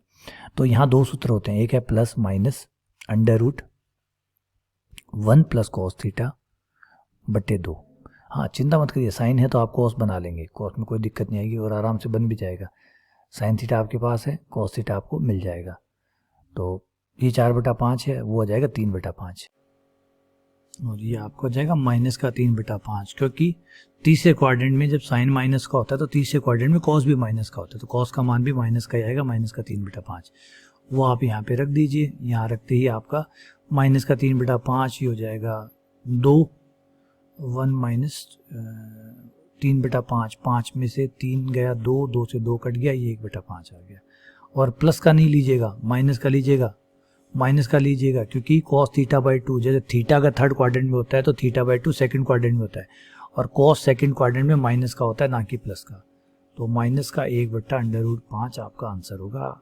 ए का वर्गमूल 1 ही होता है, तो एक माइनस का 1/√5, तो ये आपका आंसर हो गया माइनस का 1/√5। देखिए प्लस का भी दिया हुआ था, लेकिन ध्यान रखिए थोड़ी सी भी गड़बड़ी कर दी सारी कहानी बिगड़ जाएगी, बहुत ध्यान रखना पड़ता है। क्वेश्चन नंबर 4, ये आरबीएससी का क्वेश्चन है, ये आरबीसी की जो बुक्स है वहाँ से उठाया गया क्वेश्चन है। आरबीसी की बुक्स में देखिए आपको ये क्वेश्चन मिल जाएगा। ये अल्फा प्लस बीटा का मान है। देखिए कॉन्फिडेंस ही अलग होता है, जब आप जिस बुक से पढ़ते हैं उस बुक से अगर क्वेश्चन आ जाता है तो कॉन्फिडेंस अलग होता है। इसलिए मैं हमेशा कहता हूँ स्टैंडर्ड बुक्स पढ़िए, वहाँ से क्वेश्चन आते हैं। स्टैंडर्ड किसी और राइटर की बुक में से क्वेश्चन उठाएगा तो चैलेंज होंगे, लोग सवाल उठाएंगे, उंगलियां उठाएंगे कि आरपीसी ने फलान जी सर की किताब में से क्वेश्चन उठा लिया, या उन सर की किताब में से, या एक्स सर या वाई सर की किताब में से क्वेश्चन उठाया, तो आरपीसी पे सवाल उठता है। लेकिन आरपीसी जब स्टैंडर्ड बुक में से उठाता है, एनसीईआरटी या आरबीएससी या फिर जो बुक स्टैंडर्ड की है या पुराने पेपर है वहाँ से क्वेश्चन उठाता है, तो कोई कुछ नहीं कहेगा, क्योंकि वो उन पर किसी का मालिकाना हक नहीं है। ठीक है ना। तो आरपीसी वहाँ पे एकदम स्वतंत्र है उन क्वेश्चनों को लेने के लिए, और बिना किसी आरोप के। ठीक है ना। तो इसीलिए ध्यान रखिए, हमेशा स्टैंडर्ड बुक के साथ जाइए। मार्केट में सैकड़ों बुकें मिलेंगी, सैकड़ों बुक्स अवेलेबल होंगी, होती हैं और होती रहेंगी, लेकिन आप हमेशा स्टैंडर्ड बुक के साथ जाएं। 10 अल्फा प्लस बीटा, मुझे अल्फा प्लस बीटा निकालना है, तो मैं 10 से स्टार्ट करता हूँ। 10 से क्यों स्टार्ट कर रहा हूँ? क्योंकि 10 अल्फा 10 बीटा दिया गया है। प्लस 10 बीटा, 10 अल्फा का मान है m/m+1 2m+1। आपको एक सच्ची बात बताऊँ, एक चीज़ यहाँ पे, मैं इस क्वेश्चन को जैसे ही मैंने देखा, देखते मुझे आंसर आया π/4। पता है क्यों याद आया? क्योंकि ये क्वेश्चन मैंने बच्चों को समझाया हुआ है, ये क्वेश्चन मैंने समझाया हुआ है। तो वही क्वेश्चन जो आप निकालते हैं, वही क्वेश्चन जब पेपर में आ जाते हैं तो सबसे बड़ा माइलेज आपको मिलता है, क्योंकि वो आपने निकाले हुए होते हैं, वो आपको याद होते हैं। ये आपको आंसर याद है, देख लीजिए आंसर भी π/4 है, क्योंकि सब कट जाएगा, ये बराबर में 1 आएगा, लघुत्तम लघुत्तम सब कट के फाइनली 1 आएगा। और 10 का मान 1 तब होता है जब अल्फा प्लस बीटा जो कोण है वो 90 डिग्री, 45 डिग्री, π/4। तो ऐसी चीज़ों का फ़ायदा उठाइए, हमेशा याद रखिए। स्टैंडर्ड बुक जब आईएएस की तैयारी करते हैं, कभी देखिए आईएएस वाले बच्चों को देखिए, उनको एक ही चीज़ समझाई जाती है, एक ही चीज़ रटे। बड़ी बड़ी कोचिंगें चल रही है, लेकिन वो बड़ी बड़ी कोचिंगें भी एक ही बात कहती है, भैया नहीं नहीं नहीं, हम बड़ी कोचिंग हैं, ठीक है आप हमसे पढ़िए, हम जो किताबें हैं उनको पढ़ाएंगे, लेकिन हमारी कोई किताबें नहीं है, हमारी कोई किताबें नहीं, ना हो भी नहीं सकती हमारी किताबें। क्योंकि जिन लोगों ने, एक बात बताइए, एक आदमी है जो 40 साल से इतिहास के ऊपर काम कर रहा है, 40 साल 50 सालों से कर रहा है, वो जो किताब लिखेगा या जो संविधान पे 50 साल या 60 साल जिसने संविधान के ऊपर, संविधान को पढ़ा है, सीखा है, लिखा है, पूरे दिन भर संविधान को जिया है, वो आदमी जो किताब लिखेगा, उस किताब का कंपैरिजन कोई 2 साल पढ़ाने वाला या 5 साल पढ़ाने वाला कैसे कंपेयर कर सकता है, जो तो संविधान के अलावा भी सैकड़ों चीज़ें पढ़ाता है। एक आदमी जिसने संविधान ही पढ़ा है, पढ़ाया है, सीखा है, उसका कोई कंपैरिजन है? नहीं हो सकता कंपैरिजन। तो आपको भी ये चीज़ समझनी चाहिए, ठीक है ना। और मैथ्स में भी सैकड़ों पार्टीशन है। आज मान लीजिए कोई आदमी है जो पूरी जिंदगी भर सम्मिश्र संख्याएं के जो टॉपिक है वही पढ़ाता है, वही पढ़ता है, उसके सम्मिश्र संख्याओं का, जैसे आपने ब्रूस ली का, ब्रूस ली का एक कोट आता है जिसमें आपने पढ़ा हो, सुना होगा कि ब्रूस ली कहता है, मुझे उन मूव से डर नहीं लगता, उन 10,000 मूव से डर नहीं लगता जो आपने एक एक बार ट्राई किए, मुझे उस मूव से डर लगता है जो एक बार, उस मूव जिससे 10,000 बार ट्राई किए, उसमें आप परफेक्ट हो चुके होते हैं। ऐसे ही मैथ्स के अंदर भी वो लोग फार बेटर है। एक तो वो लोग हैं जो क्वेश्चन को सॉल्व कराते हैं, एक वो है जो क्वेश्चन बनाते हैं। जो क्वेश्चन बनाने वाले का क्वेश्चन सॉल्व करने वाले से कोई कंपैरिजन है नहीं, क्योंकि बनाने के लिए आपको बहुत एक्स्ट्रा नॉलेज चाहिए होती है। सॉल्व करना, अब दुनिया में देखिए कितने लोग हैं जो क्वेश्चन को सॉल्व कर सकते हैं, बहुत मिल जाएंगे, लेकिन बात करिए बढ़िया सवाल बनाने वालों की संख्या बताइए, आप उंगलियों पर नहीं गिना सकते। आप इस चीज़ को उंगलियों पर नहीं गिना सकते, आपकी उंगलियां भी ज़्यादा हैं। अगर आप गिनाने शुरू करेंगे, क्वेश्चन सॉल्व कराने वाले की गिनिए पहले, तो आप बहुत सारे गिनवा देंगे, अमित जी भी है, ये जी हैं, वो जी है, फलान जी है। क्वेश्चन बनाने वाले की बात करिए तो आप कहेंगे नहीं है। और उनकी अगर शीट देखेंगे और देखेंगे तो वो शीट उस किताब में से उठा ली, 10-15 किताबों को इकट्ठा किया, वहाँ से क्वेश्चन बनाए, उठाए, छाप दिए, चलिए हो गया काम। ऐसे ही होता है, ऐसे ही होता है। ये मत मानिए कि वो फलान जी बनाते, कोई नहीं बनाता और बना भी नहीं सकता, बना भी नहीं सकता। चैलेंज करता हूँ इस बात को, बना के दिखा दीजिए। क्या करेंगे आप? एक क्वेश्चन को उठाएंगे, उसमें उसने लिखा है m=1 और आप कर देंगे m=2। उसने लिखा है m=1 तो आप कर देंगे n=1। ऐसे ही बनते हैं। आरबीसी को देख लीजिए कहाँ से क्वेश्चन ला रहा है। ये देखिए आरबीसी के सामने क्वेश्चन है, ये आरबीसी का उठाया पड़ा, ये एनसीईआरटी का उठाया पड़ा, ये क्वेश्चन भी कहीं ना कहीं किसी न किसी बुक में मिल जाएंगे आपको। कहाँ से क्वेश्चन बनते हैं? क्वेश्चन बनाना बहुत मुश्किल काम होता है, इसलिए बेहतर है कि जो क्वेश्चन बनाते हैं उन लोगों को क्वेश्चन बनाने का काम करवाया जाए। जो अच्छा सॉल्व करा सकते हैं उसको अच्छा सॉल्व करने का काम कराया जाए, जो अच्छा समझा सकते हैं उनको समझाने का काम दिया जाए। जो बेहतर कर सकता है आप अपने हिसाब से इस तरीके से बेस्ट का चुनाव करिए। चलिए आगे बढ़ते हैं। ये देखा आपने पेपर ठीक ठाक था, ज़्यादा मुश्किल नहीं था, 4 क्वेश्चन आए थे और इसमें इस बार मुझे प्रतिलोम त्रिकोणमिति का कोई क्वेश्चन नहीं दिखा। ठीक है, चलिए आगे बढ़ते हैं। अगला हमारा लास्ट पेपर है, एकदम अंत 2018 का पेपर। इसमें क्या क्या आया है देखिए। सबसे पहला tan theta plus cot theta बराबर 1, tan और कोट का जोड़ 1 हो तो tan की पावर 8 थीटा प्लस कोट की पावर 8 थीटा बराबर 1। ये क्वेश्चन बिल्कुल गलत सा है, अभी दिखाऊंगा क्यों गलत है। देखिए पहले तो ten theta plus cot theta का मान 1 आना क्या संभव है? जवाब है नहीं, ये संभव नहीं है। रिपीट कर रहा हूँ, ten theta plus cot theta का मान 1 आना संभव नहीं है। क्यों संभव नहीं है वो आप इसको भी यहाँ देख लीजिए, यहीं समझ में आ जाएगा। मैं दोनों तरफ वर्क करता हूँ इसका, ठीक है, आपको भी समझ में आ जाएगा। वर्क करते ही आएगा tan square theta plus cot square theta plus 2 tan theta cot theta, 10 cot cut गया 2 आ गया बराबर 1 आ गया। तो ये आ गया ten square theta plus cot square theta बराबर 1 में से 2 गया माइनस का 1 आ गया। बताइए दो संख्याओं के स्क्वायरों का योग -1 कैसे आ सकते हैं? तो काल्पनिक हुई, फिर 10 और कोट काल्पनिक है, 10 और कोट काल्पनिक है क्योंकि स्क्वायर का जोड़ -1 आ रहा है। दो संख्याएं उनका वर्ग कर दिया जाएगा तो वो प्लस की हो जाएंगी, और फिर जोड़ प्लस का आएगा ना कि माइनस का आएगा, तो इस हिसाब से गड़बड़ है, इसीलिए मैं कह रहा हूँ। लेकिन कोई बात नहीं, चल जाएगा, हमें तो आरपीसी जाने, आरपीसी काम जाने। फिर से एक बार वर्क करने पर हो जाएगा 10 की पावर 4 प्लस कोट की power 4 plus 2 10 square coat square cut गया 2 आ गया, ये 1 आ गया, ये इधर आके फिर माइनस का 1 हो गया। 10 की पावर 4 थीटा प्लस कोट की पावर 4 थीटा बराबर माइनस का 1। बताइए 4 पावर का योग -1 आ रहा है, कैसे आ सकता है? नहीं। फिर से दोबारा वर्क करने पर कोट 10 की पावर 8 कोट की पावर 8 प्लस 2 कोट की पावर 4 10 की पावर 4 कट गया 2 आ गया बराबर -1 का वर्ग 1 हो गया, ये इधर जाके माइनस का, तो 10 की पावर 8 प्लस कोट की पावर 8 का -1 आया। बताइए -1 आ सकता है?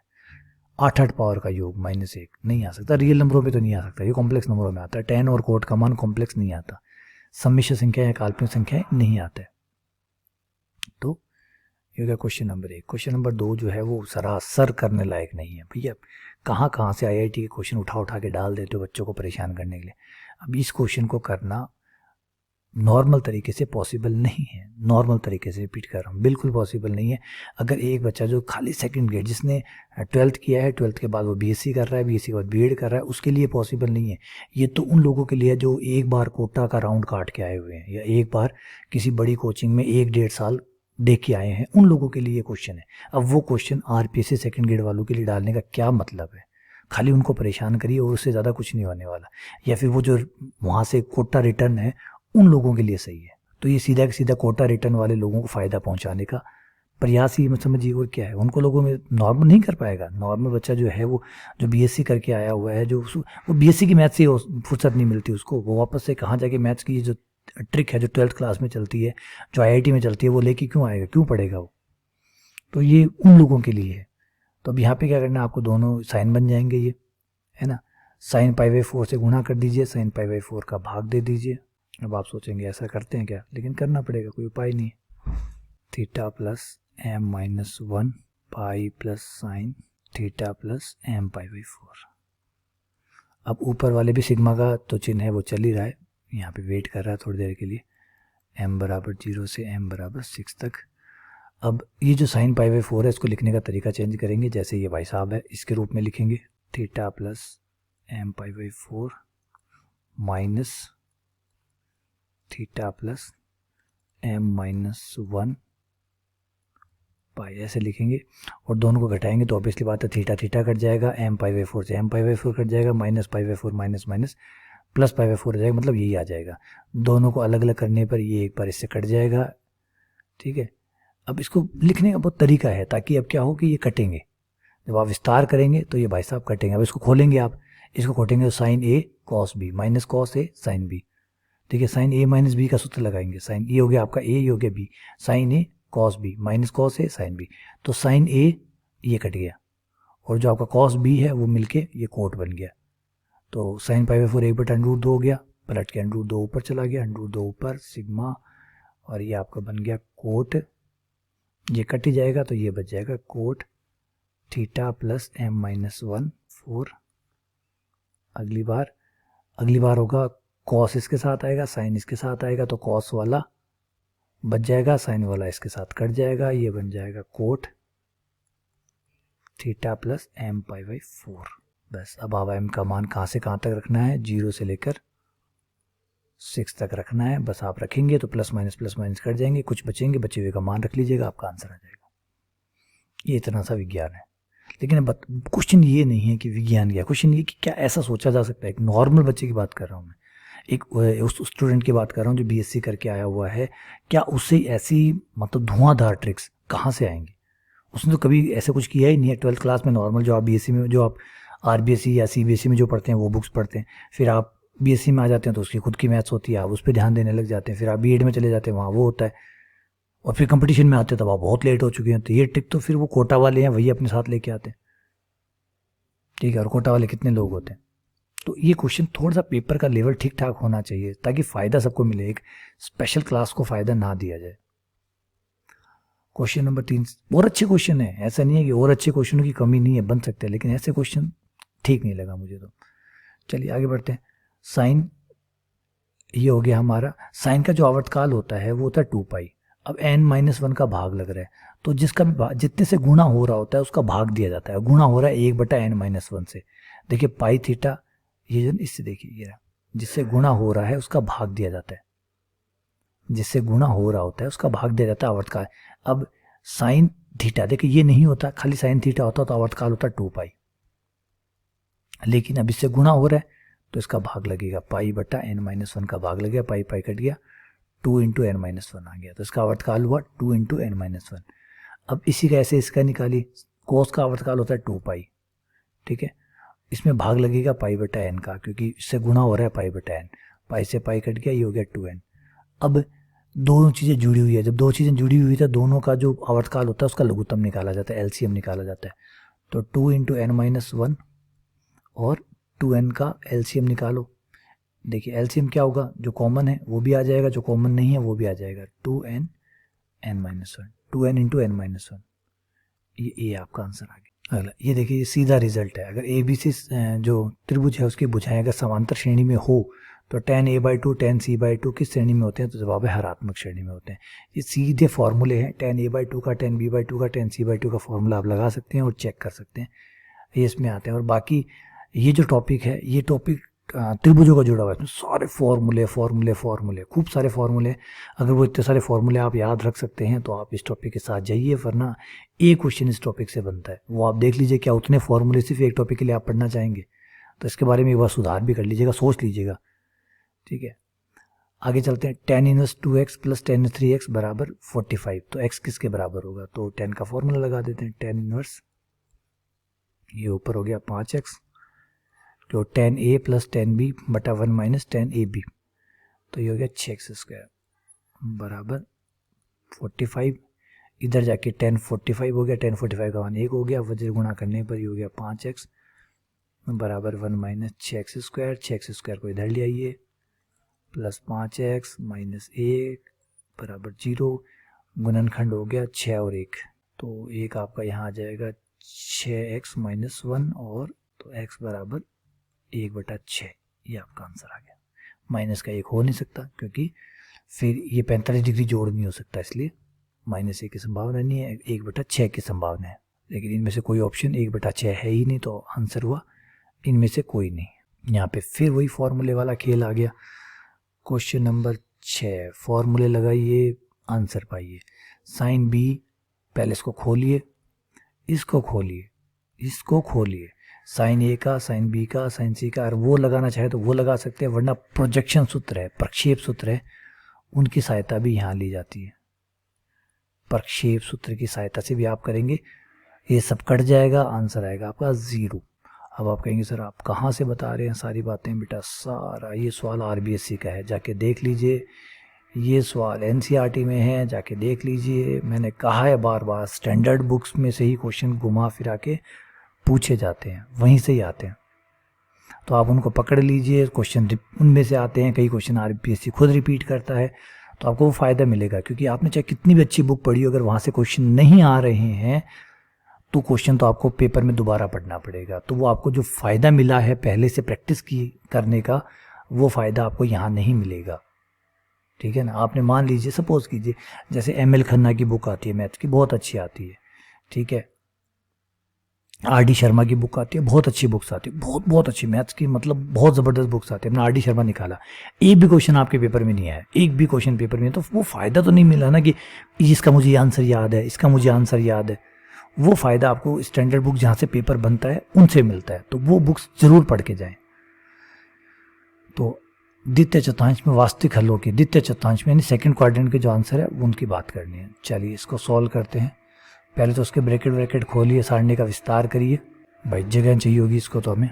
Sine x sine square x minus cos square x, sine square x minus cos square x, फिर इसके बाद में हो गया माइनस का कोस एक्स, ये हो गया आपका cos x sine x, cos x sine x minus cos square x, और फिर दोबारा हो गया कोस एक्स कट गया, ये हो गया आपका फिर कोस एक्स बाहर, कोस एक्स बाहर, और ये हो गया cos square x minus cos x sine x, ये हो जाएगा आपका sine cube x minus sine x cos square x sine x. क्या करवा रहे यार, कितना गुणा भाग, कॉस क्यूब एक्स, ये हो जाएगा minus cos cube x minus cos square x, ये हो गया हमारा, ये हो गया 3 कॉस क्यूब 2 कॉस क्यूब हो गया, 2 कॉस क्यूब एक्स, और 1 2 3 3 ये हो गया 3 cos square x sine x, और ये हो गया साइन क्यूब एक्स। और हमें निकालना है इसके मूल, यानी बराबर में जीरो लाना है कि जीरो कब होगा। पूरे सवाल में 10 क्यूब का भाग देते ही, 10 क्यूब का भाग देते ही, कोस क्यूब का भाग देते ही ये हो जाएगा साइन क्यूब बटा कोस क्यूब, 10 क्यूब, यहाँ कोस स्क्वायर कट जाएगा, ये कोस बच जाएगा, वो 10x हो जाएगा, ये कोस क्यूब कट जाएगा। तो कोस क्यूब का भाग देने पर, कोस क्यूब x का भाग देने पर, और यहाँ से लिख रहा हूँ 1 माइनस 3 10x, यहाँ से 2 कोस क्यूब कट गया, 2 कोस स्क्वायर 2 बार कट गया, 1 बच गया, प्लस बराबर 0। तो सीधी सीधी बात है, एक आंसर तो है 10x बराबर 1 जो है वो इसका आंसर है। 1 रखते ही 2 और 1 3, 3 में से 3 गया, 0 आ जाएगा। एक तो आंसर हो गया। अब 10x की जगह एक बार m मान लीजिए ताकि लिखने में आसानी हो। बचे हुए 2 गुणनखंड और निकालते हैं इसके कितने कितने। तो m बराबर 1, मतलब 10x को m नाम दिए ना मैंने, तो m बराबर 1 इसका हल है। तो इस गुणनखंड का भाग दीजिए ताकि बचे हुए गुणनखंड बाहर आए। अब इसमें त्रिकोणमिति भी पूछ ली, बहुपद भी पूछ लिया, जानलेवा क्वेश्चन बन गया ये। फिर m स्क्वायर का m cube minus m square cut गया, ये आ गया m स्क्वायर माइनस 3m, तो ये हो गया आपका फिर m से m square minus m minus का 2m प्लस 2, तो ये माइनस का 2, ये लीजिए। अब इसको आप सॉल्व कर लीजिए। इसके गुणनखंड जब हम करेंगे तो 2 गुणनखंड आएंगे, एक तो आएगा m माइनस 1 और एक आएगा m प्लस 2, ठीक है। तो tan थीटा के 3 मान आए, एक मान tan x के 3 मान आए, 1 1 और माइनस 2, 1 1 होते हैं 45 डिग्री पर, और 45 डिग्री थर्ड क्वाड्रेंट में नहीं होता है, सेकंड क्वाड्रेंट में नहीं होता है, क्योंकि हमें केवल द्वितीय चतुर्थांश की चाहिए। तो द्वितीय चतुर्थांश में प्लस का 1 नहीं हो सकता, प्लस का 1, क्योंकि tan का मान प्लस का होता ही नहीं है सेकंड क्वाड्रेंट में, तो ये नहीं हो सकता, ये नहीं हो सकता, हाँ ये होगा, क्योंकि 10 का मान माइनस का होता है, तो ये होगा। एक ही आंसर है जो सेकंड क्वाड्रेंट में है। तो वास्तविक हलों की संख्या सिर्फ एक ही हल जो है वो सेकंड क्वाड्रेंट में है। बताइए क्या सवाल पूछे, जबरदस्त क्वेश्चन है ये क्वेश्चन फिर वैसा का वैसा ही आ गया, उतना ही बड़ा लेंदी। ब्रैकेट्स खोलिए, गुणा करिए, साइन ए का मान रखिए, कॉस बी का कॉस सी का इनका मान रखिए, सबको सॉल्व करिए। बिल्कुल मत करिए, कुल मिला के मत करिए, ठीक है। हाँ, एक छोटा तरीका आपको ज़रूर बता सकता हूँ कि आप एक काम कर सकते हैं कि ए बी सी त्रिभुज है तो आप बुझाएं ए जो है, इनको आप पाई बाई 3 सबको ले लीजिए, सबको 60 डिग्री 60 डिग्री लेके सॉल्व कर लीजिए। थोड़ा सा छोटा हो जाएगा सॉल्व करने मान रखने में, क्योंकि आंसर जो है वो ABC 1 0 इसमें आ रहा है, तो मैच कर जाएगा, ठीक है। चलिए अगले क्वेश्चन पे आते हैं। Question number 9। Question number 9 repetition है, जस्ट रिपीटेशन है। सबसे पहले जो हमने किया था उसका रिपीटेशन है, याद होगा आपको। एक क्वेश्चन था जिसमें था कि अल्फा और बीटा का जोड़ 90 डिग्री है और अल्फा जो है वो बीटा प्लस गामा के बराबर है। सेम वही क्वेश्चन जो है वो नाम बदल के, भाषा बदल के दोबारा ले आया। त्रिभुज ABC में कोण C जो है वो 90 डिग्री है। C अगर 90 डिग्री है तो ऑब्वियसली बात है कि A और B का जोड़ कितना हो गया, 90 हो गया, क्योंकि एक कोण 90 है तो बचे हुए 2 कोणों का जोड़ 90 होगा। A माइनस B जो है वो थीटा के बराबर है, और उसमें हमने जो किया था दोनों तरफ tan लगाया था, जिससे हमारे पास आया था कि tan A tan B बराबर 1 आ गया। tan A tan B बराबर 1 हो जाएगा। इससे आप सूत्र लगाएंगे, सेम क्वेश्चन है, अभी दिखा दूंगा अभी जवाब आपको वापस से।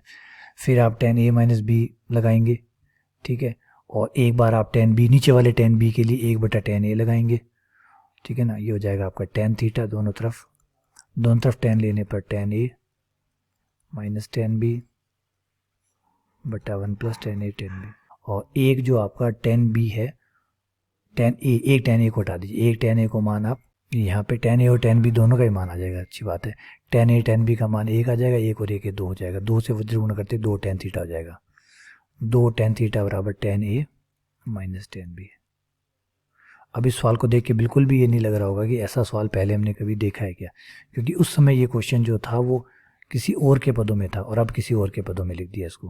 प्लस टेन ए बराबर tan b plus two tan theta, tan b plus two tan theta कहाँ पे है भाई, tan b plus two tan theta. ये आपका आंसर आ गया। ये कौन सा क्वेश्चन है, ऊपर चलिए, देखिए सारे क्वेश्चन कंप्लीट हो गए। एक बार इसको आपको वापस दिखाते हूँ। शुरुआत वाले पेपर में था ये, सबसे शुरू में किया था हमने 2011 का जो था। तो आरबीएससी के जो पुराने पेपर है वो निकालने का भी आपको फ़ायदा मिलता है। नहीं 2011 में नहीं था, ये कहाँ गया, ये रहा क्वेश्चन नंबर 2। ये आगे जाके फिर रिपीट हुआ है। उसमें अल्फ़ा बीटा की जगह ए और बी था, ए और बी का जोड़ पाई बाई 2 है। यहाँ बीटा माइनस गामा उसमें था, इसमें बीटा प्लस गामा अल्फ़ा है, उसमें था ए माइनस बी बराबर थीटा। तो देखिए सिर्फ नाम बदले हैं, बाकी चीज़ें वैसी की वैसी है। और वही यहाँ टेन अल्फ़ा पूछा, उसमें सीधे ऑप्शन पूछ लिया कि कौन सा सही है। तो एक ही क्वेश्चन को अलग अलग तरीके से सेम चीज़ को दोबारा पूछ लिया। ये 2013 का क्वेश्चन 2018 में वापस आ गया। तो आरपीसी के जो पुराने क्वेश्चन है वो आप निकालेंगे तो आपको वैसे भी फ़ायदा होगा, क्योंकि कुछ क्वेश्चन तो घूम फिर के सिर्फ नाम बदल के वापस आ जाते हैं।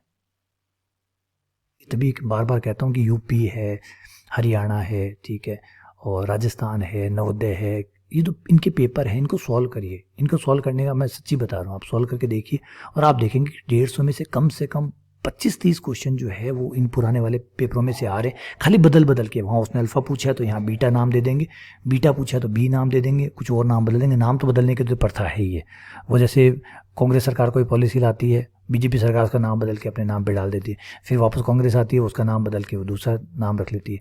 योजना वही है, बस नाम बदलता रहता है। तो सेम वही बात है, क्वेश्चन वही है, नाम बदल के घुमा के थोड़ा सा चेंज करके, ताकि पता ना चले कहाँ से उठाया हुआ है, बस वो वैसे के वैसे आ जाता है। तो अगर वो निकाल लेंगे, और हम पता है हम तो ढांचे पे काम करते हैं, ऊपर पे काम नहीं करते कि बाहर से कैसा दिखता है। तो ऊपर से चाहे कुछ भी दिखे, कैसे कपड़े पहना दीजिए, हमने तो ढांचा पढ़ा हुआ है और ढांचा कभी बदलता नहीं है, वो तो वही रहता है। तो हमेशा ढांचे पे या कंकाल पे मेहनत कीजिए, जो स्ट्रक्चर है उस पर मेहनत कीजिए, फिर उसके बाद में कोई किसी को नहीं बदल सकता। चलिए, उम्मीद करता हूँ कि आपको इस बार 2 टॉपिक मैंने कराए हैं, बहुत लंबे क्वेश्चन थे, काफ़ी चीज़ें थी इसके अंदर, तो सारे अच्छे से समझ में आ गए होंगे। और ये टॉपिक इंपॉर्टेंट भी है, इसलिए ध्यान से देखिएगा भी। ठीक है, चलिए, बहुत बहुत धन्यवाद, शुक्रिया।